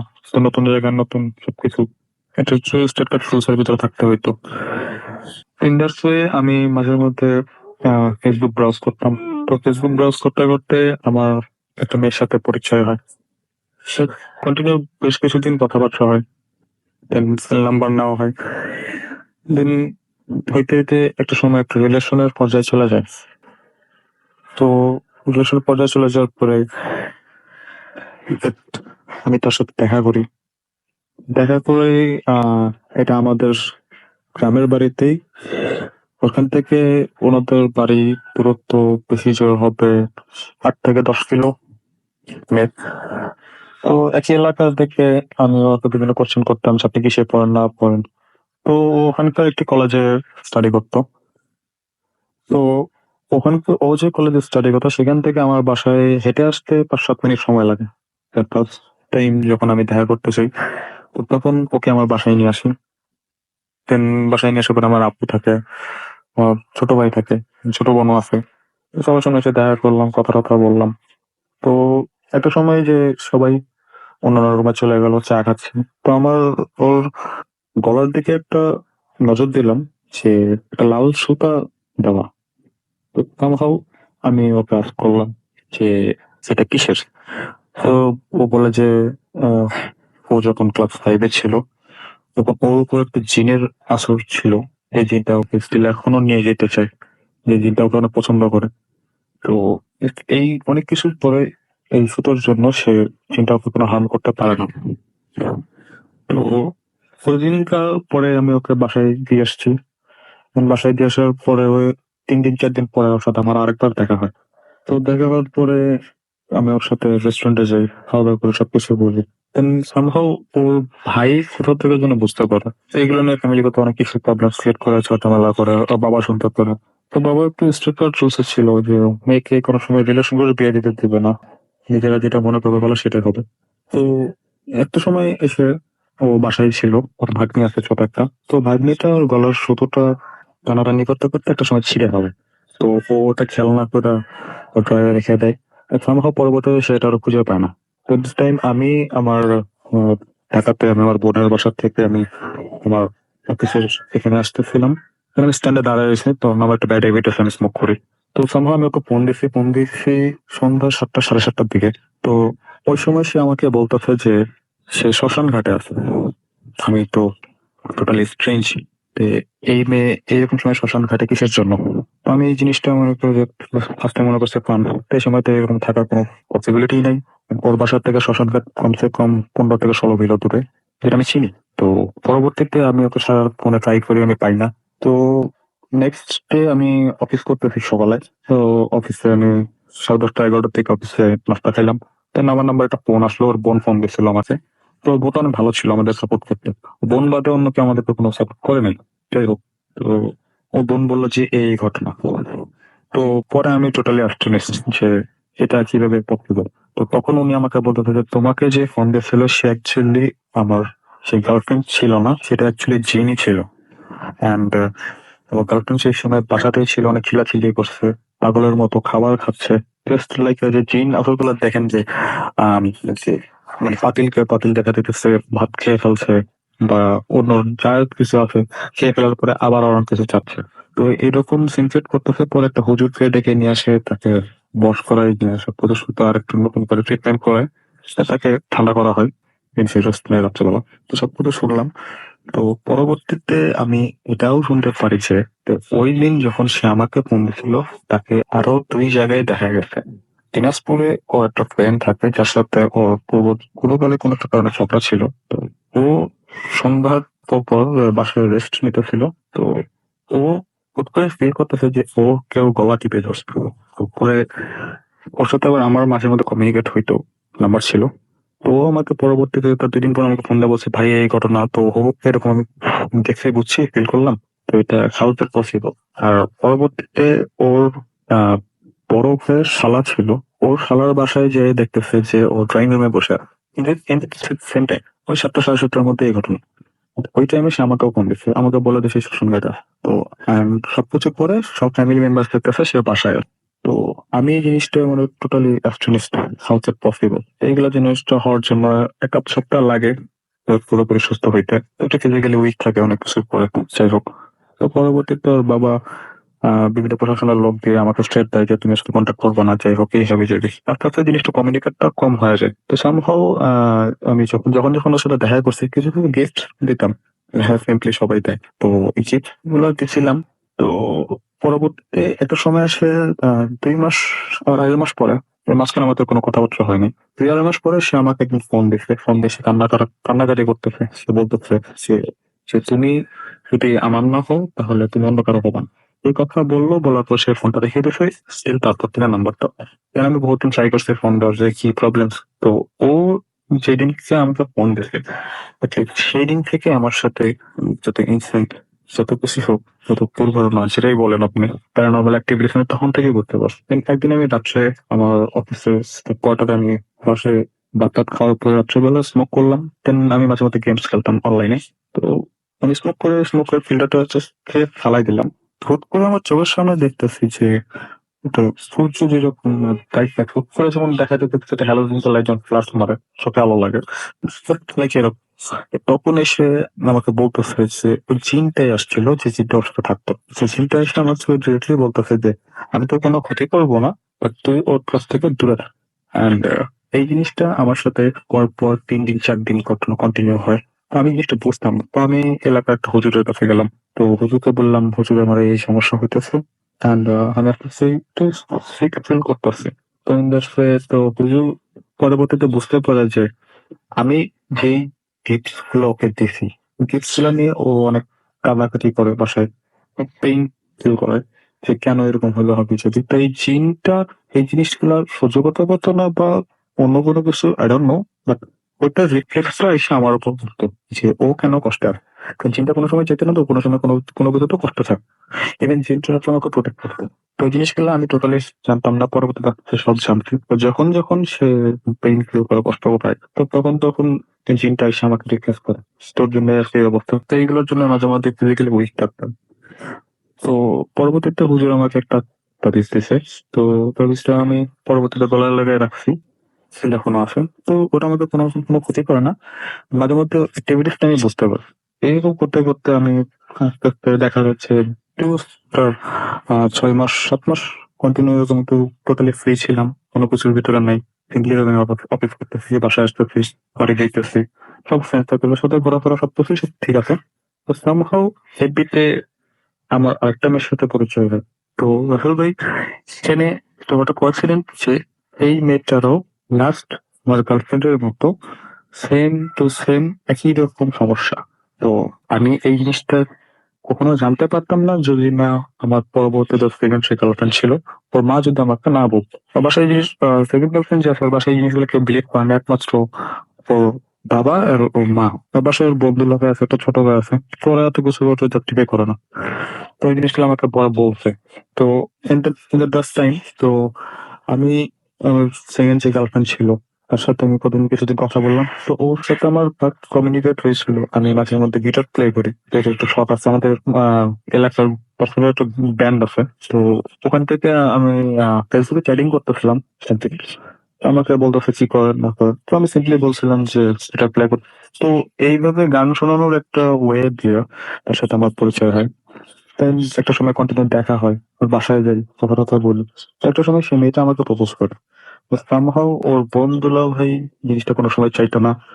ওর বোন দুলাভাই ভাই এর পরেও আমার সেকেন্ড যে গার্লফ্রেন্ড ছিল ওর পুরো ব্ল্যাক ম্যাজিক করা ট্রাই করছিল, সামহাও দে আর ফেল্ড, তারা পারে নাই। তো পরবর্তীতে ওর মা আমাকে বলতেছে যে ওর সেকেন্ড গার্লফ্রেন্ড ছিল আর ওর একটা জিন আছে, সেই জিনটা ওকে কোনো সময় ক্ষতি করে না, ও সবসময় সাথে সাথে থাকে। আমি ওকে একদিন জিজ্ঞেস করলাম যে তোমার এরকম কোনো কিছু আছে নাকি, তো পরে বলবে হ্যাঁ। আমি পরে বললাম যে তুমি জিনিসগুলো ফিল করো, পরে বলতেছে যে হ্যাঁ এটা কিভাবে।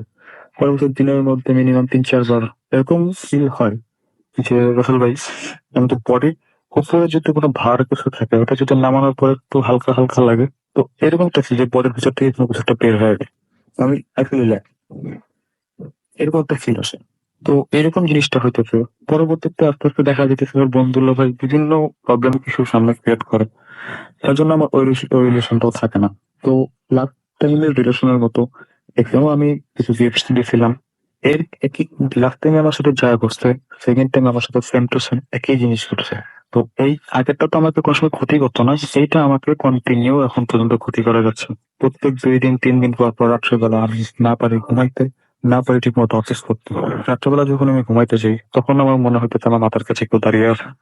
দেখা যাইতেছে আমি আমার মাথার কাছে আমার টেবিল ফ্যান ছাড়ি, আমার তো ঘুমের অভ্যাস হইতেছে সিলিং ফ্যান ছাড়ি, টেবিল ফ্যান দুটাই ছাড়ি। দেখা যাইতেছে আমার সিলিং ফ্যান ঠিকই চলতেছে, টেবিল ফ্যানটা অফ আছে। আবার মাঝে মধ্যে দেখা যাচ্ছে টেবিল ফ্যান চলতেছে, আমার সিলিং ফ্যানটা অফ হয়ে গেছে। আর মাঝে মধ্যে এটাও মনে হইতেছে যে হ্যাঁ আমি কেউ আমার পিছনে দাঁড়িয়ে আছে, কানের কথা ফিস করে কথা বলতেছে। তো somehow এই প্রবলেমস গুলো আমি পরবর্তীতে হুজুরের কাছে আবার বলি। তো হুজুর আমাকে বলে যে তুমি তাকে একবার ডাকো, তার সাথে একবার কথা বলো, তাহলে তাকে বলো যে এরকম তুমি প্রবলেম ফেস করতেছো।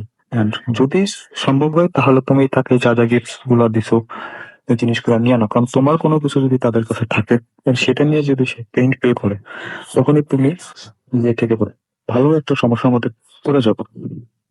তো পরবর্তীতে আবার যদি একটা হইতো তাহলে একটা কথা ছিল, ওইটা কোয়াক্সিডেন্ট ফেলবে যে পর পর 2 বার আমার সাথে সেম ঘটনা। এন্ড এটার জন্য আমি লাস্ট 7-8 মাস যাবত টোটালি উইক, ট্রিটমেন্ট করাতে করাতে আমার অবস্থা খুবই খারাপ, স্বাস্থ্যের অবনতিও হয়েছে। দেন এমন অবস্থা যে এটা স্টোরিও আমি বলতে চাই না, এটা লাইফ একটা পার্ট হয়ে গেছে। সেভাবে যদি আমি আরো সামনেতে 2-3 বছর যদি কন্টিনিউ থাকি তাহলে দেখা দিতেছে আমি স্টিল ডেড। আমি ফ্যামিলিতে কাউকে এই জিনিসগুলো শেয়ারও করতে পারতেছি না, কারণ শেয়ার করতে গেলে অনেকে বিলিভ করবে না, কারণ তারা এই জিনিসগুলো বিলিভই করে না। তো এখন বলতেছেন পুরো গ্রুপসের কাছে রসলে আপনাদের কাছে শ্রোতারা যারা শুনতেছেন আপনাদের কাছে একটা রিকোয়েস্ট, যদি এর কোনো সলিউশন থাকে প্লিজ আমাকে দিবেন। আমার দ্বারা এই সিচুয়েশন পার করা আমি পারতাছি না। প্লিজ আপনাদের কাছে এতটুকু আমার রিকোয়েস্ট, যদি কারো কাছে কোনো সলিউশন থাকে অবশ্যই আমাকে জানাবেন।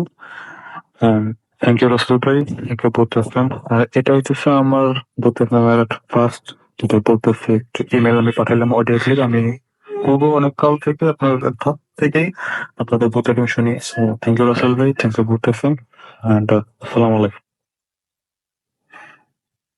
Hood FM, the night comes alive with crime info.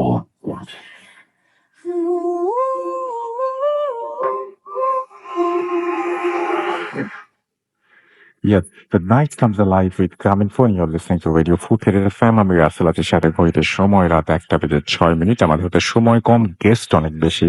আমরা চলে যাব আমাদের পরবর্তী অতিথির কাছে। আপনার নামটা প্লিজ একটু বলবেন, তারপরে আপনার ঘটনা আমরা শুনবো এবং কোথা থেকে এসেছেন সেটাও একটু কাইন্ডলি বলবেন। জি, রাসেল ভাই, আমার নাম মোহাম্মদ সাদমান সাবিল। আমি মোহাম্মদপুর আলমাটিয়া থেকে এসেছি। ওকে, শুনি আপনার আমার ঘটনা। স্টোরিটা আমি স্টার্ট করছি। এটা হচ্ছে 2015-এ হয়েছিল।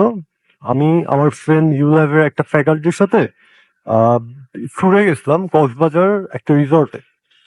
তো প্রথম আমরা যেদিন গেলাম সেদিনকারই ঘটনা এটা। রিসর্টে টোটাল 6টা রুম ছিল আলাদা আলাদা জায়গায়।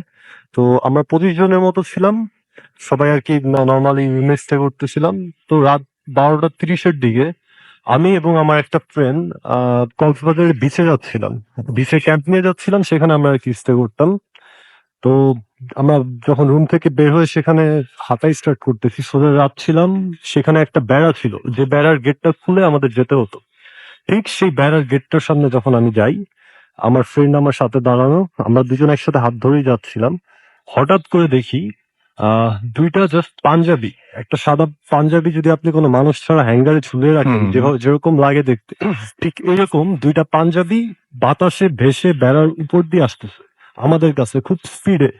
বোঝা যাচ্ছে তারা কোনো আক্রমণ মুডে আসতেছে আর কি আমাদের কাছে। তো আমি আমার ফ্রেন্ড দুইজনে এই জিনিসটা দেখে খুবই ভয় পাই। আমরা ওই মুহূর্তে, আমি তো অনেক নার্ভাস ছিলাম, প্রথমবার লাইফে দেখতেছি, আমি প্রায় অজ্ঞান হয়ে পড়ে যাচ্ছিলাম। আমার ফ্রেন্ডটা আমার হাত ধরে নিয়ে একদম ছুঁড়ে দৌড় দিচ্ছে রুমের দিকে। রুমের ভিতরে যে গেট লাগিয়ে আমরা সারাটা রাত মানে অনেক ভয় পাইছি, সব ফ্রেন্ডদের ডাকাইছি, পুরো 20 জন মানুষ আমরা ওই দিন এক রুমে স্টে করছি। এত ভয় পেয়েছিলাম আমরা, ইভেন আমার সেলফোনও আমি ফেলে দিচ্ছিলাম, সেটাও আর আমি ভয় নিতে যাইনি। ওকে, থ্যাংক ইউ সো মাচ। আমরা চলে যাব কক্সবাজারের আরো একটি ঘটনায়। আমাদের আরো একজন প্রথম যে অতিথি আছেন তার সাথে কক্সবাজারে ভয়াবহ একটা ঘটনা ঘটেছিল, সেই ঘটনাটা আমরা একটু শুনে আসবো। থ্যাংক ইউ রাসেল ভাই। আমি ফয়জুন, বারিধারা ডেচেস থেকে আসছি। জি, ঘটনাটা আমার লাইফের একটা খুবই মর্মান্তিক ঘটনা আমি বলবো, যেটা খুব রিসেন্ট ঘটে গেছে এবং আমার সাথে এত ভয়াবহ ভাবে এই ঘটনাটা ঘটছে যে আমি ডেটটাও ভুলি নাই। এটা ছিল 20শে জুলাই, শুক্রবার, এই বছর। এই বছর 2018 সালে। তো আমরা হঠাৎই সবাই, এটা আমাদের ফ্যামিলির একটা ট্রেডিশন যে আমরা হঠাৎ সবাই খুব ভ্যাকেশনে চলে যাই, লাইক উইকেন্ড ফ্লোয়াতে। তো সেইবারও আমরা বৃহস্পতিবারে কক্সবাজার চলে যাই।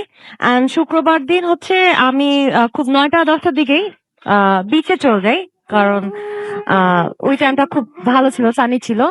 বাট ওই সময়টাতে বিচে কিন্তু 3-4 নাম্বার সাইন দিয়ে রাখছিল যে আচ্ছা। বৃষ্টি ঝড় এগুলো হচ্ছিল, কিন্তু ওই টাইমটা ছিল না শুক্রবার দিনটাতে।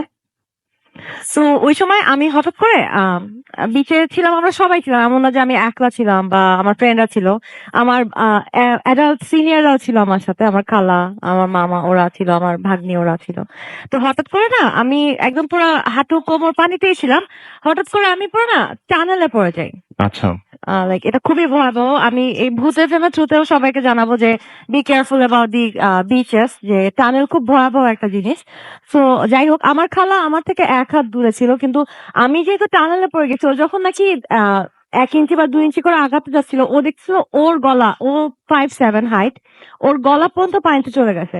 তো আমরা যেহেতু মানে নট সো গুড সুইমার, আবার এমনও যে সুইমিং যাই না, কিন্তু আমি চেষ্টা করছিলাম যে পানি যেহেতু ভেসে থাকে। তো ওখানে এমন ফ্রাইডে জুমার আগে এমন কোনো মানুষও ছিল না, লাইফ গার্ড বা দর্শনার্থী এরকম কেউ ছিল না। তো ওখানে লোকাল ৩-৪টা ছেলে ছিল আর জেট স্কি নতুন কক্সবাজার করছে ওইখানকার একটা গার্ড ছিল। সো উনিও তাও একটু দূরে ছিল। উনি যখন নাকি দেখছে যে আমি কোন একটা প্রবলেমে পড়ছি, মেয়ে কয়েকটা মহিলা আছে ওইখানে। তো উনি দৌড়ে আসছে। উনি দৌড়ে আসছে যখন উনিও খুব ভয় পেয়ে গেছে যে আমি টানেলে পড়ে গেছি। যে ওখান থেকে তো কাউরে আমার মনে হয় না কি হবে। আমার ব্যাক হেড পুরো ব্ল্যাঙ্ক হয়ে গেছিল। I was not thinking anything. It was something that I'm just going like in an ocean. Like অনেক দূরে কোথাও হারায় যাচ্ছে। আমার হুম। সামনের কিছু আমি আর কল্পনা করতে পারতেছিলাম না। তো উনি আসছে, উনার নাম ছিল আজিম। উনি কক্সবাজারে থাকে। তো উনি আমার সামহাও সেভ করছে and উনি অস্বাভাবিক ভয় পাইছে। তো আমি রুমে চলে যাই and আমি এই ঘটনাটা বড়দের কাউরে বলি নাই। কিন্তু সামহাও কেউ জেনে ফেলে, কিন্তু এটা আমার মায়ের সাথে কেউ শেয়ার করে নাই। আচ্ছা। সো দেন আমি অস্বাভাবিক ভয় পাই। ওইদিনই আমরা ইনা নিতে যাই, কিন্তু আমি আর বিচে নামি নাই। হুম, হুম। তো রাতের দিকে আর কি আমার মামারা বলছে ও তো খুব ভয় পাইছে, আর আমার কাজিন ভাই আমার ভাই ওদের বলে যে ও খুব ভয় পাইছে, ও নর্মাল হইতে পারবে না, চলো ওর একটু বিচের থেকে হাতায় নিয়ে আসি অ্যাটলিস্ট, দেন ও she will be normal, like normal behave করবে। বিকজ অফ আমি নর্মাল বিহেভ করতে পারছিলাম না, আমি ওয়াটার থেকে দূরে ছিলাম, ইনফ্যাক্ট আমি শাওয়ার করতে যেতে পারছিলাম না, এই অবস্থায় ছিলাম। তো আমার মামার আমার একটু নিয়ে হাঁটায় নিয়ে আসেন। আমরা মানে সিগালে ছিলাম, তো সিগালের জায়গাটা খুব লাইটিং করা থাকে, ওই জায়গাটাতে সবসময় লাইট থাকে, গার্ডস থাকে, অনেক সিকিউর একটা প্লেস।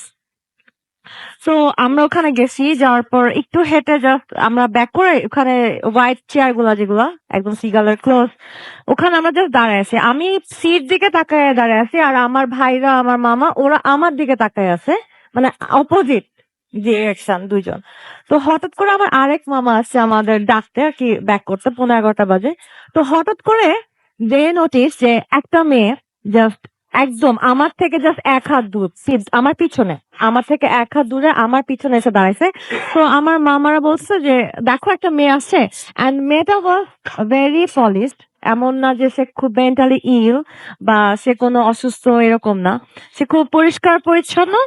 এন্ড আশ্চর্যের ব্যাপার, এটা প্যারানরমাল ইন্টারেস্টিং, আমি বলবো এটা কোনো ডার্ক ওয়ার্ল্ড এর স্টোরি বা সামথিং।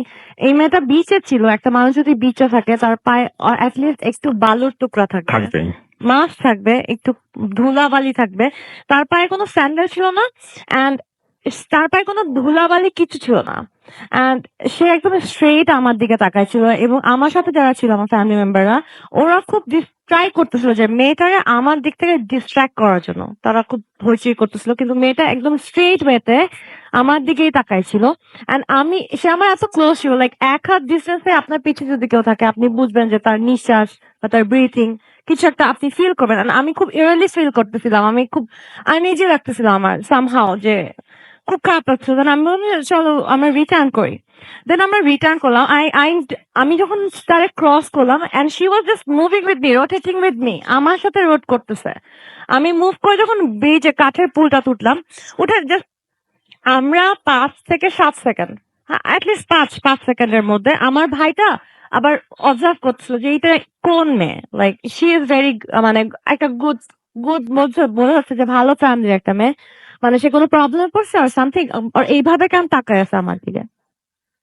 তো মানে 5 সেকেন্ডস এর মধ্যে ওই জায়গায় তো আলো, এমন না যে বিচে কেউ হারায় লুকায় যাবে, আর এমন না যে ঝাউবনের কাছে ছিল যে সে ঝাউবনে হারায় গেছে। ওই মেয়েটা 5 সেকেন্ডের মধ্যে ডিসাপেয়ার, সবার সামনে। সবার সামনে থেকে ডিসাপেয়ার। এন্ড ওই জিনিসটা আমাকে এত ভয়ঙ্কর ভাবে এফেক্ট করছে যে আমি রুমে এসে আমি লাইক সারা রাত কাঁদছি। আর আমি আমার ভাইয়ের সাথে শেয়ার করছি যে আমি এটা একদম ইনার সোল থেকে ফিল করছি, যে মানুষের ইনার সোল তো মানুষকে জানায় যে তোমার সাথে এইটা হচ্ছে বা এরকম, যে আমি এটা ফিল করছি যে আজকে ইট ওয়াজ মাই ডেথ ডে, আমি মারা যেতাম, লাইক সামহাও আমার কিছু একটা নিতে আসছিল কিন্তু আমার নিতে পারে নাই। এন্ড রাত্রেবেলা তুমি যেটা দেখে আসছো আমার পিছে, and I was feeling that, like আমি বলতে বলতে আমার অনেক গুজবাম্পস হচ্ছে, আমি স্টিল ফিলিং দিস থিং, আমি নর্মাল হতে পারিনি ইনসিডেন্টটা, যে আমার কাছ থেকে মানে আমার নিয়ে যেতে আসছিল কিন্তু সামহাও আমার নিয়ে যেতে পারে নাই। So that thing was really angry, ওর কিছু একটা বলতে আসছিল, ওর আমার সাথে কিছু ইন্টারাক্ট করতে আসছিল। এন্ড এই জিনিসটা রাস্তাতে আমার সাথে এত ভয়াবহ ভাবে কাজ করছে যে এরপর আমি পৃথিবীর দুনিয়ার যেই বিচেই গেছি, যে কোনো সুইমিং পুলে গেছি, I never go to the deep. আমি একদম কর্নারে থাকছি, আমি আর কখনো কোনো বিচে নামতে পারি না। ওই এবং ট্রমা থেকেই বেরিয়ে আসাটা আর হ্যাঁ, পসিবল হয় নাই। অস্বাভাবিক। এবং ওই ইনসিডেন্টে 20 তারিখের পর 3 দিন আমি শাওয়ার করছি খুব অদ্ভুত ভাবে।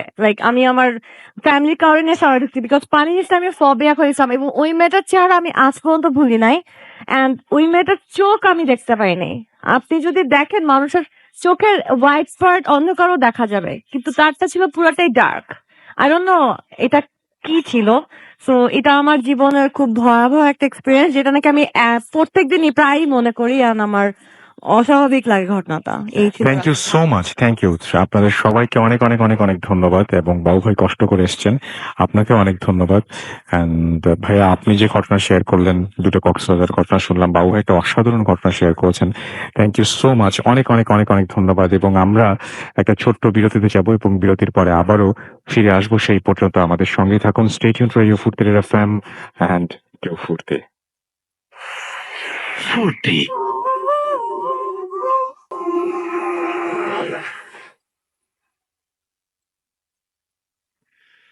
Welcome back. The night comes alive with Graminphone. You are listening to Radio Fruity FM. আমি রাসেল আছি সাথে, আমার সাথে রয়েছে মাসুম ভাই এবং আজকের অতিথিরা।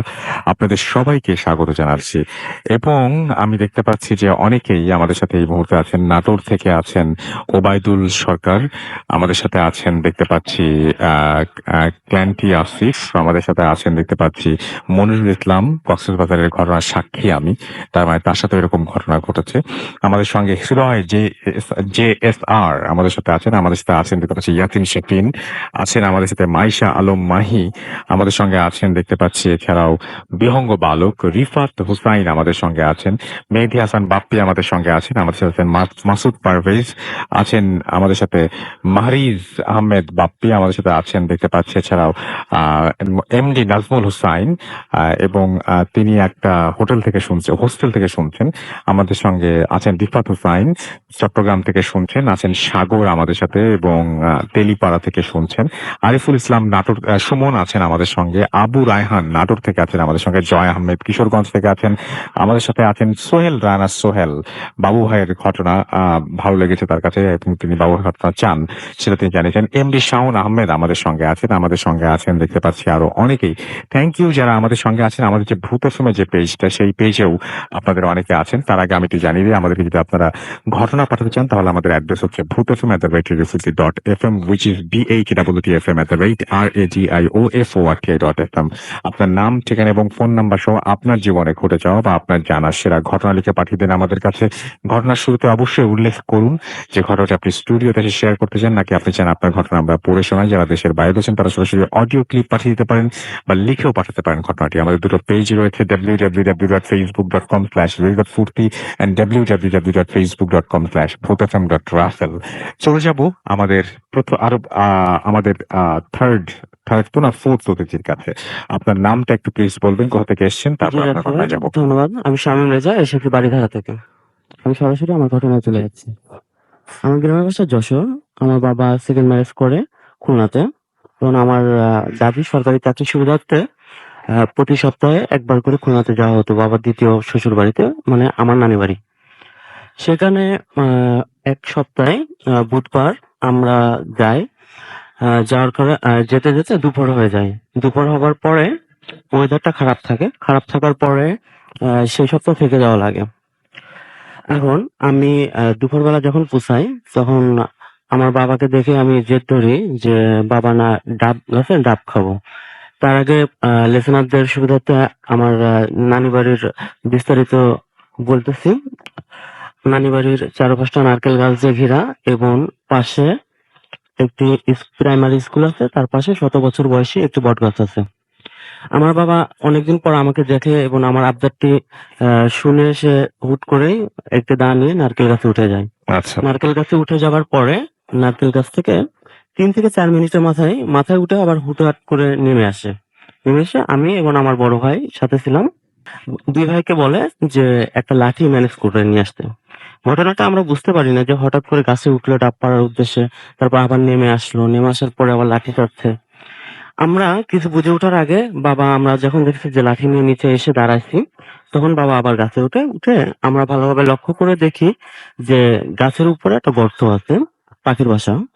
এবং পাখির বাসার ওখানে আমার বাবা আহ ই দিয়ে দা দিয়ে বারবার কোপ মারতেছে। হঠাৎ করে একটা সাপ বের হয়ে আসে। সাপটার মাথায় এক কোপে বাবা কেটে ফেলায় এবং বাকি যে অংশটুকু থাকে সাপের সেই অংশটা এক হাত দিয়ে টান দিয়ে নিচে ফেলে দেয়। ফেলে দেওয়ার পরে আমি এবং আমার বড় ভাই দুজনে মিলে সাপটার গায়ের উপরে বাড়ি মারতে থাকি। এক পর্যায়ে বাবা আবারও নিচে নেমে এসে কোনো ডাবপাড়া ছাড়াই নেমে এসে আশপাশ থেকে যত শুকনো পাতা আছে পাতা এক জায়গায় জড়ো করে সাপটার গায়ে সাপটার উপরে দিয়ে আগুন ধরায় দেয়। ঘটনাটা দুপুরের লাঞ্চ আওয়ারের আগে হয়ে যায়। এরপরে যে যার মতো যার স্থানে চলে যায়, যে যার মতো লাঞ্চ করে নেয়। এর মাঝে দেখা যাচ্ছে ঘটনাটা সবাই ভুলে যায় এবং আমরা সন্ধ্যা পর্যন্ত ওই এলাকায় থাকি, প্রাইমারি স্কুলের আশপাশে খেলাধুলা করি।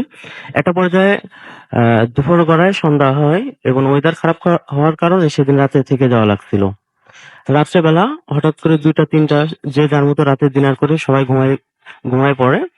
আহ ঘুমায় পড়ে। এরপরে হঠাৎ করে বাবা রাত্রে 2টা 3টার সময় জেগে ওঠে। জেগে আমাদের কাছে আসে। এসে বলে যে আমি হঠাৎ করে একটা খারাপ স্বপ্ন দেখছি। এই স্বপ্নের কারণে ঘুম ভেঙে গেছে। আমি ঘুমাচ্ছি না। দেখেন তো পাশে একটা আহ আশপাশ থেকে একটা বাঁশির শব্দ আসতেছে। বাঁশির শব্দটা একদম অদ্ভুত এক ধরনের বাঁশির শব্দ। মানে নরমাল বাঁশি না, থেকে থেকে হচ্ছে। 2 সেকেন্ড হচ্ছে, এরপর আবার অফ হয়ে যাচ্ছে, আবার হচ্ছে। তা আমরা ভালোভাবে লক্ষ্য করে দেখলাম যে পাশে বটগাছ আছে, বটগাছ থেকে আসতেছে। এখন বাবা, দাদি এবং ভাই এবং 3-4 জন মিলে আমরা বটগাছের কাছে যাই। যাবার পরে দেখি যে আসলে বাঁশির সুরে কোনো উৎসই নাই। সেখানে আমরা যাওয়ার পরে বাঁশির শব্দটা বন্ধ হয়ে গেছে। যাই হোক, সারা রাত এভাবে কাটছে ভয়ে আতঙ্কে। এরপর সকালবেলা আমরা চলে আসবো। কিন্তু বাবা বলে দুপুরে লাঞ্চ করে আসতে। তো সেখানে লাঞ্চ করে দুপুরে খাওয়া দাওয়া শেষে আমরা সেখান থেকে রওনা দিই যশোরের উদ্দেশ্যে। আমি, দাদি, বড় ভাই এবং ছোট বোন। যশোরে আমাদের ফুপু বাড়ি আছে। ফুপু বাড়ি থাকি আমরা। ফুপু বাড়ি থেকে সন্ধ্যার সময় আমরা রিক্সা করে যশোরে আমাদের ক্যান্টনমেন্ট খয়তলা বাজারে উদ্দেশ্যে রওনা করি। সেখানে আসার পরে হঠাৎ করে আমরা রিক্সায় ছিলাম এবং উল্টো মুখে একটা মোটরসাইকেল এসে সজোরে আমাদের রিক্সার উপর উঠায় দেয়। এতে আমি মারাত্মক ভাবে আহত হই এবং আমার বড় ভাই এবং দাদি স্বাভাবিকভাবে সুস্থ ছিল। আমাকে প্রাথমিকভাবে যশোর ক্যান্টনমেন্ট সিএমএস হাসপাতালে নিয়ে প্রাথমিক চিকিৎসা দিয়ে ছেড়ে দেওয়া হয়। এরপরে 6 মাস আমি চিকিৎসাধীন ছিলাম। 6 মাসের পরে আমার দাঁতটা ভেঙে যায়। যে প্রথম অবস্থায় দাঁতটা ভালোভাবে ভাঙেনি, পরে যে 6 মাস পরে দাঁতটা তুলে ফেলানো হয়েছিল। আমরা যখন বাসায় আসি, হাসপাতালে চিকিৎসা করার পরে বাসায় আসি। বাসায় আসার পরে আমার বাবা আমার দাদিকে ফোন দেয় যে আমরা ঠিকভাবে পৌঁছাইছি কিনা। তখন আমার দাদি আমার বাবাকে বলে যে আমরা মারাত্মক ভাবে অ্যাক্সিডেন্ট হয়েছি, একটুর জন্য মৃত্যুর মুখ থেকে ফেরত আসছি। তখন বলে, মা তোমাকে একটা কথা বলা হয়নি? আমার বাবা আমার দাদিকে বলে যে আমি রাত্রে 2টা 3টার সময় যে উঠে আসছিলাম তখন একটা খারাপ স্বপ্ন দেখছিলাম যে কেউ একজন আমাকে বলতেছে যে তুমি আমার ছেলেকে মারছো, আমিও তোমার ছেলেকে মারবো। তখন ছোট ছিলাম, কথাটা এড়াই গেছিলাম এবং আমরা ভাবছিলাম যে আমরা প্রথম ঘরের সন্তান, যার জন্য হয়তো বাবা আমাদেরকে সান্ত্বনা দেবার জন্য এই কথা বলেছে। পরবর্তীতে যখন এখন বয়স হয়েছে তখন আমরা সাধারণত বুঝতে পারি যে আসলে ঘটনাটা সত্য হতে পারে এবং এই জিনিসটা সত্য মনে করি বর্তমানে। এই ছিল আমার ঘটনা আছে। Thank you so much. আপনার ঘটনার জন্য আপনাকে অনেক ধন্যবাদ এবং আশা করছি যে এই ঘটনাটি আপনাদেরও ভালো লেগেছে। আমি দেখতে পাচ্ছি যে স্বপ্নের ফেরিওয়াল আমাদের লিখেছেন ভালো লেগেছে। আমাদের সাথে আছেন দেখতে পাচ্ছি সাগর, এছাড়াও প্রিন্স ফাহিম কক্সবাজারের স্টোরিগুলো ভালো লেগেছে লিখেছেন। আমাদের সঙ্গে আছেন দেখতে পাচ্ছি। আমরা সবাই এই সময়টা কক্সবাজারে যাবার সময় এবং আমরা সবাই একটু সাবধানে যেন থাকি এবং যদি এরকম কোনো ঘটনা, আমি চাই না যে অনাকাঙ্ক্ষিত কোনো ঘটনায় কেউ পড়ুন, বাট যদি কোনো ঘটনা যদি আপনারা শুনে থাকেন কারো কাছ থেকে বা কোনো ঘটনা জেনে থাকেন অবশ্যই জানাতে পারেন। এবং আমরা তো ভাবছি যে আজকে পরপর কক্সবাজারের দুটো ঘটনা শুনে আমার মনে হলো যে কক্সবাজারে একটা সিরিজও করে ফেলতে পারি। আমাদের সেই জন্য কক্সবাজারে যারা আছেন তাদের শুধু ঘটনা হলেও চলবে। আর আমাদের তো সমস্ত বাংলাদেশের মানুষই আমরা কখনো না কখনো কক্সবাজারে যাই। সুতরাং আমরা এই কক্সবাজারের ঘটনা আসলে যদি খুব চাই তাহলে মানে শেষ হবে না। আমি নিজেও কক্সবাজারে আমাদের ভূতা ক্যাম্প নিয়ে গিয়েছিলাম এবং সেইখানে আমরা কক্সবাজারে একটা এপিসোড করি, আউটডোর এপিসোড করি এবং সেখানে বিভিন্ন জায়গায় আমরা ঘুরে বেড়াই ঘটনার সন্ধানে এবং বিভিন্ন জায়গা থেকে বিভিন্ন মানুষের কাছ থেকে বিভিন্নভাবে বিভিন্ন ঘটনা জানতে পারি এবং কিছু কিছু পাহাড় আছে যে পাহাড়গুলো হন্টেড, সেখানকার স্থানীয়দের কাছে আমরা জানতে জানতে পারি সেটা। আপনাদেরকে সেই সম্পর্কে বলেছিলামও, যারা পুরনো লিসেনার তারা জানবেন এবং তাদের হয়তো মনেও আছে। এবং আমরা সেই পাহাড়গুলো আমরা রাতের বেলার দিকেও কিছু পাহাড় ভিজিট করি এবং কক্সবাজারে স্থানীয়দের কাছে যে সমস্ত ঘটনা আমরা শুনি সেই সমস্ত ঘটনা শুনে একদম শিউরে উঠতে হয় আমাদের কাছে। তো আপনারা যদি এরকম কক্সবাজারে যান তাহলে স্থানীয়দের কাছ থেকে খোঁজ খবর নিয়ে যদি কোনো ঘটনা পান অবশ্যই আমাদেরকে লিখে পাঠাবেন। আমরা সুন্দরবনের ঘটনা প্রথম দিকে বেশ কিছু পেয়েছিলাম, মাঝখানে সুন্দরবনের ঘটনা অনেকদিন পাইনি, কিন্তু সুন্দরবন আরো একটা জায়গা যে জায়গাতে অনেক আজব আজব ঘটনা ঘটে এবং অনেক অদ্ভুত অদ্ভুত ঘটনা ঘটে। এবং যারা খুলনার আছেন তাদেরকে বলবো যে সুন্দরবনের কিছু ঘটনা যদি আমাদের পান তাহলে আমরা একটা সুন্দরবন নিয়ে একটা কক্সবাজার নিয়ে আলাদাভাবে এপিসোড করতে পারি। আমার তো ইচ্ছা আছে এক একদিন এক একটা জেলা নিয়ে আমরা এপিসোড চালিয়ে যাব, যদি সেরকম পরিমাণ ঘটনা, ইন্টারেস্টিং ঘটনা যদি আমরা সেই সমস্ত জেলা থেকে পেয়ে যাই। তো যাই হোক, বগুড়া যেমন মহাস্থানগড়, তারপরে আরো আরো যে সমস্ত জায়গা আছে সেই সমস্ত জায়গায় আমি বিশ্বাস করি যে ঘটনা খুঁজলে পাওয়া যাবে। এবং পুরোনো মানুষদের, যারা আপনাদের পরিবারের সিনিয়র যারা আছেন তাদের কাছ থেকে আপনারা ঘটনা খুঁজুন এবং তাদেরকে জিজ্ঞেস করুন যে এই এলাকা ভিত্তিক কোনো ঘটনা আছে কিনা। দেখবেন যে অসাধারণ কিছু ঘটনা হয়তো আপনারা পেয়ে যাবেন এবং পাওয়াটাই খুব স্বাভাবিক। এবং পেলে অবশ্যই আমাদের লিখে পাঠাবেন। আমাদের অ্যাড্রেস হচ্ছে bhutfm@radiofurti.fm, which is bhutfm@radiofurti.fm। আপনার নাম, ঠিকানা এবং ফোন নাম্বার সহ আপনার জীবনে ঘটে যাওয়া বা আপনার জানা সেরা ঘটনা লিখে পাঠিয়ে দিন আমাদের কাছে। ঘটনার শুরুতে অবশ্যই উল্লেখ করুন যে ঘটনাটি আপনি স্টুডিওতে এসে শেয়ার করতে চান নাকি আপনি চান আপনার ঘটনা আমরা পড়ে শোনাই। যারা দেশের বাইরে আছেন তারা সরাসরি অডিও ক্লিপ শেয়ার করতে পারেন বা লিখেও পাঠাতে পারেন ঘটনা। আমরা চলে যাব আমাদের পরবর্তী অতিথির কাছে। আপনার নামটা প্লিজ একটু বলবেন, তারপর আপনার কোথা থেকে এসেছেন সেটা বলবেন, তারপর আপনার ঘটনায় যাব। আসসালামু আলাইকুম, আমি ফয়সাল আছি। আমি এসেছি মধ্যবাড্ডা থেকে। আমার হোম টাউন পাবনার অর্থমনীষদ। ওকে, তো আমার ঘটনা, আমি এর আগে একটা ঘটনা শেয়ার করেছিলাম, ওটা আমার নিজের সাথে। তো আজকে যেটা শেয়ার করব ওটা আমার ভাগ্নে শিমুলের ঘটনা। তো ঘটনাটা গোপালগঞ্জ জেলার। আমি সঙ্গত কারণেই প্রতিষ্ঠান কিছু এবং কোনো ব্যক্তির নাম- সেগুলোর নাম আমরা বলবো না। তো ঘটনা এবছরই হয়, রোজার ঈদের আগে, রোজার মধ্যে। তো যেটা হয়, ওরা যেহেতু প্রতিষ্ঠানে ওরা প্রথম ফার্স্ট ইয়ারে ভর্তি হয় এবং প্রতিষ্ঠানটাও প্রায় নতুন করা হয়, এই কারণে প্রতিষ্ঠানে সাফিসিয়েন্ট আসলে ছিল না ছাত্রদের জন্য হল। তো ওরা ফার্স্ট ইয়ার থাকা ধরুন ওরা ভার্সিটি থেকে একটু দূরে ম্যাথ নেয়। তো ওখানে দেখা যায় ম্যাথ করারও প্রতিযোগিতা হয়, যেহেতু একটা প্রতিষ্ঠান হয়েছে, ছাত্র ধরার একটা প্রতিযোগিতা থাকে।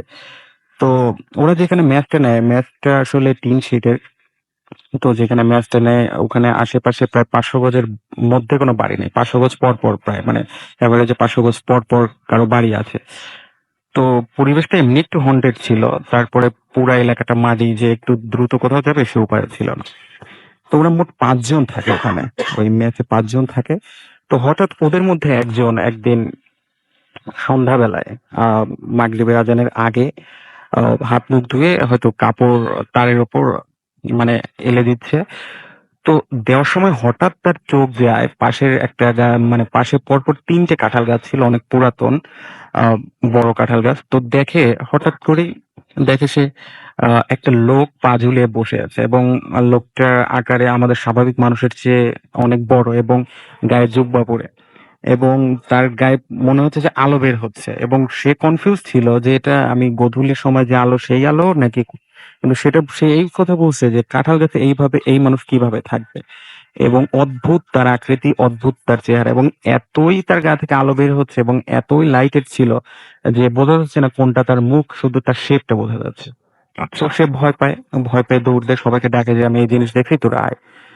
তো সবাই আসে, আসার পর সবাই মজা করে, বিশেষ করে আমার ভাগ্নে শিমুল, ও একটু দুষ্টু প্রকৃতির, ও বেশি মজা করে। তো যাই হোক, ওই ছেলেটার ভয় মনে থাকে যে আমি এটা আসলে, এটা আমার কনফিউশন না, হ্যালুসিনেশন না, এটা আমি যা দেখছি সত্যি দেখছি, কিন্তু আমার প্রশ্ন আছে কি দেখলাম। তো যাই হোক, কিছুদিন পর সবাই ভুলে যায়। তো এর মধ্যে ওদের মিড টার্ম পরীক্ষাও শেষ হয়। পরীক্ষা শেষ হওয়ার পরে একে একে সবাই চলে যেত। তো 2 জন থাকে ম্যাথে, আমার ভাগ্নে শিমুল আর একটা ছেলে থাকে, ছেলেটার বাড়ি ময়মনসিংহ। তো ছেলেটা কোনো কাজে হয়তো গোপালগঞ্জ শহরে যায়। তো শিমুল মানে সবাই ওরা কয়েকজন ওদের মেসের পাশে একটা মাচা করেছিল পুকুরের পাশে। তো ওরা রিল্যাক্সের সময় কাটানোর জন্য সেই মাচায় বসে থাকে। তো শিমুল সেই দিন সন্ধ্যার সময় মাচায় বসে আছে, হালকা হালকা বৃষ্টি পড়ছে, ও ফোনে কথা বলছে। তো ফোনে কথা বলতে এদিক ওদিক তাকাচ্ছে, ওর পরিবেশটা খুব ভালো লাগছে যে ওর সামনে পুকুর, হালকা হালকা বৃষ্টি পড়ছে, ওর মাথার উপর গাছ আছে, ওর গায়ের উপর খুব একটা বৃষ্টি পড়ছে না, ওর পরিবেশটা ওর খুব ভালো লাগছে। তো ইতিমধ্যে ও এদিকে ওদিকে তাকাতে তাকাতে ঠিক ওই গাছটার দিকে আবার চোখ যায় এবং ও দেখে যে সেম ওর বন্ধু যে জিনিসটা দেখছে সেম একই জিনিস। মানে তখন আরো অন্ধকার ছিল যেহেতু মেঘলা পরিবেশ ছিল। আহ দেখে ওই যে বর্ণনা দিচ্ছে সেরকমই একটা লোক, এবং সবচেয়ে আশ্চর্যের বিষয় হচ্ছে আহ ওই লোকটার হাতের নিচে আরেকটা বাচ্চা আছে এবং মনে হচ্ছে পিঠে তার গাটা বুলিয়ে দিচ্ছে ওই লোকটা। তো ও হেঁটে গ্লান্স দেখেই প্রচন্ড পরিমাণে ভয় হয় যে এটা কিভাবে সম্ভব, বৃষ্টি হচ্ছে, অন্ধকার, কোনো জায়গায় কোনো আলো নাই, লোকটার গা থেকে কিভাবে এত আলো বের হচ্ছে। আর এই বাচ্চাটাই বা কে, এবং তাদের আকৃতিও অদ্ভুত, এবং তার বন্ধু আগে যেমন দেখেছিল ঠিক তেমনই, তার কোনো আকৃতি বোঝা যাচ্ছে না আলোর জন্য, শুধু শেপটা বোঝা যাচ্ছে। তো ও একদম স্টান্ট হয়ে যায়, মুখ দিয়ে কোনো কথা বের হচ্ছে না। তো সাথে সাথে ওর বন্ধুকে ফোন দেয় যে আমি একটু সমস্যা হয়েছে, তুই বাসায় ঢোকার আগে আমাদের মাথা এখান দিয়ে পুকুরের পাড়ে আসিস, আমাকে নিয়ে যা, আমি একটু সমস্যায় পড়ছি। তো ও বন্ধু বোঝে, ওর কথা দেখেই বোঝে যে আসলে মনে হয় কোনো সমস্যা হচ্ছে, দ্রুত চলে আসে, আসার পরে দুজন একসাথে যায়। তো এরপরে ঘটনাটা সবার সাথে শেয়ার করা হলে যেহেতু সময় বেশি হয়ে যায়, তো ঘটনাটা সবার মনে থাকে না। তো এর কিছুদিন পরে সব ঠিকঠাক। একদিন ওর ফ্রেন্ড পাশে আহ, কথা বলছে, পাশে বলতে সেখানে হয়তো ধান ক্ষেত ছিল যেহেতু একদম গ্রামের মধ্যে। তো ধান খেতে কথা বলছে, হঠাৎ চিৎকার। তো চিৎকার, সবাই ভাবছে ওখানে যেহেতু মাটি পরিবেশ ছিল, ওখানে হয়তো যোগ টোগ অনেক কিছুই থাকে, হয়তো কামড়েছে, সবাই লবণ নিয়ে দৌড় দেয়। যত যোগ ধরছে যোগ ছাড়ানোর জন্য লবণ নিয়ে যায়। তো গিয়ে দেখে ওকে আর খুঁজে পায় না, দেখে এক জায়গায় ধানের উপরে পড়ে আছে, আলের উপর। তো ধরে তুলে কোনো রকম ঘরে আনে মাথায় পানি টানে ঢালার পরে জামা কাপড় সব আহ আলিয়ে দেয়, দিয়ে পানি ঢালে। তো দেখে ওর পিঠ বরাবর, পিঠের একদম বাম পাশে পিঠ বরাবর উপর থেকে নিচ পর্যন্ত দুটো দাগ, আঁচড়ের বড় দাগ, এবং সেখান থেকে রক্ত ঝরছে। তো রক্ত ঝরছে কিন্তু তারপরে ওর কোনো জ্ঞান নাই, ওকে পানি ঢালা হতে সবাই অনেক ভয় পায়। তো ওরা কিছু না বুঝেই সাথে সাথে ম্যাথ মালিককে ফোন দেয়, ম্যাথ মালিক চলে আসে, এবং ম্যাথ মালিক কি জানে, সেই ভালো জানে, সে কোনো ডাক্তার নিয়ে আসে নাই, সে সরাসরি একটা হুজুর নিয়ে আসছে, এবং তার উদ্দেশ্য কি ছিল সেই ভালো জানে। তো হুজুর নিয়ে এসেও প্রথমে কোনো কাজ হচ্ছিল না, এবং চারদিকে যেহেতু এর মধ্যে অনেক রাতও হয়ে গেছে, সবার মধ্যে একটা ভয়ের পরিবেশ কাজ করছে। তো হুজুর দোয়া দরুদ পড়া শুরু করেন। উনি ওর শাহাদত আঙ্গুলটা ধরে যখনই সূরা জিন পড়া শুরু করে, তো ও আমাকে যেভাবে বলে, ও যেহেতু ঘটনার প্রত্যক্ষ ছিল, ও বলে যে যখন হার্টের রোগী সেন্সলেস হয়, যখন তাকে হিট দেওয়া হয়, যখন প্রথমে বাম্প করে, ঠিক সেরকম ও বাম্প করছে, এবং বেশ কয়েকবার। এবং যখন আরো জোরে জোরে হুজুর সূরা পড়া শুরু করে, তখন ওর চোখটা খোলে, এবং চোখটা দেখেই সবাই ভয় পায়। যে চোখটা পুরা একদম ডিমের ডিম যেমন খোসা ছাড়ালে যেমন সাদা, সেরকম সাদা, এবং চোখ দুটো অনেক বড় বড়। সবাই ভয় পায়, এবং সবচেয়ে আশ্চর্য বিষয় হচ্ছে হুজুর তারপরে সূরা পড়তেই থাকতেছেন, ও করে কি, মানে কানটা ধরার চেষ্টা করে, যখন সবার হাতটা চেপে ধরে, তখন হাত এবং পা দুইটাই উল্টা দিকে বাঁকায় ও এক ঘর থেকে আরেক ঘর যেহেতু টিনের ঘর ছিল এই কারণে ও সহজে যেতে পারতেছিল না, কিন্তু ছোট বাচ্চাদের মতো হামাগুড়ি দিয়ে দৌড় দেওয়ার চেষ্টা করে। তো সবাই ওকে জাপটে ধরে, ধরার পরে হুজুর ওর কানের কাছে আছে, জোরে জোরে জোরে জোরে সূরা পড়তে থাকে। ও চিৎকার দেওয়ার চেষ্টা করে কিন্তু পারে না। এরকম ধস্তাধস্তি কিছুক্ষণ করার পরে ও সেন্সলেস হয়ে যায়। সেন্সলেস যেই হয় সাথে সাথে ওকে হাসপাতালে নেওয়া হয়। হাসপাতালে নেওয়া হওয়ার পরে ওখান থেকে অনেকক্ষণ পরে তার সেন্স ফেরে।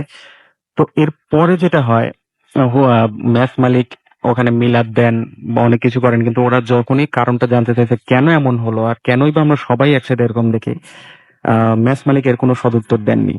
এটাই ছিল ঘটনা। এরপরে ওরা ওদের মানে শিক্ষা প্রতিষ্ঠানের কাছে বাসা নিয়ে এখন থাকে, ওখানে তারা থাকেন। এটাই ছিল আমার ঘটনা। অনেক ধন্যবাদ, অনেক চমৎকার একটা ঘটনা, এবং আমরা রিপ্লাইও পাচ্ছি, আমরা কমেন্টও দেখতে পাচ্ছি যে অনেক পছন্দ করছেন। Thank you so much, thank you আপনাকে, আপনার ঘটনার জন্য অনেক ধন্যবাদ। আমরা চলে যাব আমাদের শেষ অতিথির কাছে। আপনার নামটা প্লিজ একটু বলবেন, কোথা থেকে এসেছেন, তারপর আপনার ঘটনায় যাব আমরা। আসসালামাইকুম। আমি শ্যামলী থেকে এসেছি। আমার নাম মোহাম্মদ আব্দুল সালাম। তো আমি আমার হোম ডিস্ট্রিক্ট হচ্ছে মেহেরপুর গাঙিতে। তো আমি জি। আমার আমার নিজের গ্রামের কথা বলবো, আর এটা হচ্ছে আমার নিজের মানে বাড়ির সাথে একটা মানে জড়িত। তো এটা হচ্ছে আপনার 2015 সালে রমজান মাসে। জি। জি, এরা একদিন রাত্রে আমাকে স্বপ্নে দেখায় যে আহ, একদিন রাত্রে স্বপ্নে আমাকে দেখায় যে তোরা যে নতুন বাড়ি বানাবি, তো এই বাড়ি যেন ফার্স্ট তুই যেন এই কাজটা শুরু করিস, অর্থাৎ তুই মাটিটা কাটিস। তো তখন আমার এসএসসি এক্সাম ছিল, সেক্ষেত্রে আমি এই মাটিটা কাটতে পারি নাই। তো আমি পরীক্ষা শেষ করে এসে দেখি যে এটা মিস্ত্রিতে আপনার হচ্ছে যে মাটি কেটে ফেলেছে। তো পরে আমি মাকে বললাম যে মা, এই স্বপ্নে দেখছিলাম। তো বলে আছে তাহলে তুই এক কাজ কর, তুই তুই খোর মাটি, ঠিক আছে। তো আমি তখন মাটিটা খুঁড়ি, তো মাটি খোঁড়ার পর তখন কিছু হয় নাই। তো তার সেকেন্ড মানে পরবর্তী রাত্রে আমাকে আবার দেখায় যে সালাম, যে তুই এটা তো করিস নাই, ওর নাম উল্লেখ করে কয়, আমার সালাম তুই এটা করিস নাই, তো ঠিক আছে, তোর একটা সমস্যা হবে আর কি, তোর এই মাটি নিয়েই কি আর সমস্যা হবে। তো যখন আমার মানে কাজ চলে, ঘরের কাজ চলে, তো আমার ঘর যখন মানে প্রায় আপনার শেষের দিকে, তখন হচ্ছে যে মাটি মানে যে রুমের মধ্যে যে মাটি দেওয়ার জন্য যে মাটি লাগে, সে মাটি আপনার হচ্ছে যে এই আমার একটা পরিত্যক্ত জমি ছিল, এটা পরিত্যক্ত একটা জমি ছিল, ওইখান থেকে মাটিটা আমার এনে ভরাট করা হয়। তো এটা মূলত রমজান মাসে। তো রমজান মাসে তখন প্রচুর বৃষ্টি হয়। তো মাটি যেখান থেকে আনা হয়েছিল সেখানে আমার গর্তটা হয়েছিল যে গভীর হচ্ছে 8 থেকে 10 ফিট, আর আপনার দৈর্ঘ্য হচ্ছে যে আপনার 10 থেকে 12 ফিট। তো এই পানি এটা মূলত রমজান মাসে বর্ষা। বলেছেন, জি। জি, জি। তারপরে? তো এটা আপনার হচ্ছে যে পানি ভরাট হয়ে যায়। তো পাশের জমিতে আমরা হচ্ছে একজনের মানে ক্ষেত মানে ধান ছিল। তো ওই সময়টা আপনার ধান ছিল, ধান থাকার কারণে ছাগল অথবা কোনো কিছু লাগবে, বৃষ্টি হওয়ার কারণে। তো যে ওই একটা ছেলে মানে অর্থাৎ তার বয়স হয়তো 17 থেকে 18 বছর হবে। তো উনার সাথে বৃষ্টিতে ভেজে আরো 2 জন ছেলে আছে ছোট ছোট, তাদের বয়স হয়তো 7 থেকে 8 বছর হবে। তো ওদের সাথে নিয়ে মানে ভিজতে ভিজতে উনি ওই ধান ক্ষেতের দিকে যায়। তো ওই ধান ক্ষেতের পাশেই আপনার হচ্ছে মূলত আমাদের যে গর্ত তো হচ্ছে যে উনি যখন গর্তের দিকে যায়, তখন দেখে যে ওই গর্তের মধ্যে যে মানে কেউ যেন পড়ে গেছে, এজন্য ওই গর্ততে গোটার জন্য অনেক মানে চেষ্টা করতেছে। তো ওই ছেলেটা যখন যায়, তো উনি দেখে যে গর্তে পড়ে গেছে, কিন্তু বাঁচার জন্য অনেক আকুতি করতেছে। তো উনি যখন গর্তের কাছে গিয়ে দেখে যে শুধু just হাত দুটো মানে পানির উপরে থাপড়াই দিছে। তো উনি যখন নিচের দিকে এটা আপনার ফ্লো করে নিচের দিকে, তখন দেখে যে দেখার সময় ওই ছেলেটা পড়ে যায়, যে ওই ছেলেটা পড়ে যায় ওর সাথে যে দুটো ছেলে ছিল, ওই দুটো ছেলে। তো অনেকক্ষণ পরে দেখে যে ওই ছেলে উঠতেছে না। তো অনেক নাম ধরে টাকাটাকি করে, তো না ওঠার কারণে উনি বাসায় যাই ওই ছেলে বাসায় যাই বলে যে যে ভাইয়া পড়ে গেছে পানি থেকে উঠতেছে না, তাড়াতাড়ি চলো। যাই দেখে যে আসলে উঠতেছে না, পরে চিল্লাচিল্লি করেন। তো এটা চিল্লাচিল্লি করার পরে লোকজন গোছানোর পরে যখন ওনার লাশ তোলার জন্য পানিতে নামে, কিন্তু অনেকে লাশ না পাওয়ার কারণে বেশ 4 থেকে 5 জন নামে। তো যখন ওনার লাশ তোলে, পানির থেকে যখন লাশ তোলে, তখন ও পানি মানে তোলার পরে ওনার চোখে দেখে যে 2 চোখ দিয়ে ব্লিডিং মানে রক্ত বের হইতেছে, 2 চোখ দিয়ে, নাক দিয়ে। যখন উনি যদি পানিতে পড়ে যাওয়ার যদি পানি খেয়ে থাকে, তাহলে অবশ্যই তার পেটে পানি থাকবে, কিন্তু তার পেটে কোনো পানি ছিল না। পেটে পানি ছিল না তখন তোলার পরে দেখে যে তার মুখ, পেট, অনেক জায়গায় হাসানোর দাগ আছে, অনেক আচ্ছা, জায়গায়। আপনার বাসাতে ওইখানে যে আপনাকে নিষেধ করা হয়েছিল, এরপরে যে আপনি বাসাটা করলেন, এরপরে কোনো সমস্যা জি, জি, হয়েছে? বাসাতে তখন আর মূলত সমস্যা হয়নি, জাস্ট সমস্যা হয়েছে যে গর্তে ওই ছেলেটা যে গর্ত থেকে আপনি মাটি তুলেছিলেন, ওইখানে সেই গর্তে ওই ঝামেলাটা মাটিটা আমি হয়েছিল। মূলত আমার বাসাতে এনে দিয়েছিলাম আর কি। আচ্ছা, তো কিন্তু আপনার বাসাতে কোনো না, সমস্যা বাসাতে হয়নি। মূলত এরকম সমস্যা নাই। ওকে, থ্যাংক ইউ সো মাচ। আপনার ঘটনার জন্য আপনাকে অনেক ধন্যবাদ। আমরা অনেকগুলোই এখানে কি বলে কমেন্ট পেয়েছি, সেই কমেন্টগুলো আমরা পড়বো। তবে তার আগে আমরা ছোট্ট একটা বিরতি নিতে চাই এবং বিরতির পরে আবারও ফিরে আসছি। সেই পর্যন্ত আশা করছি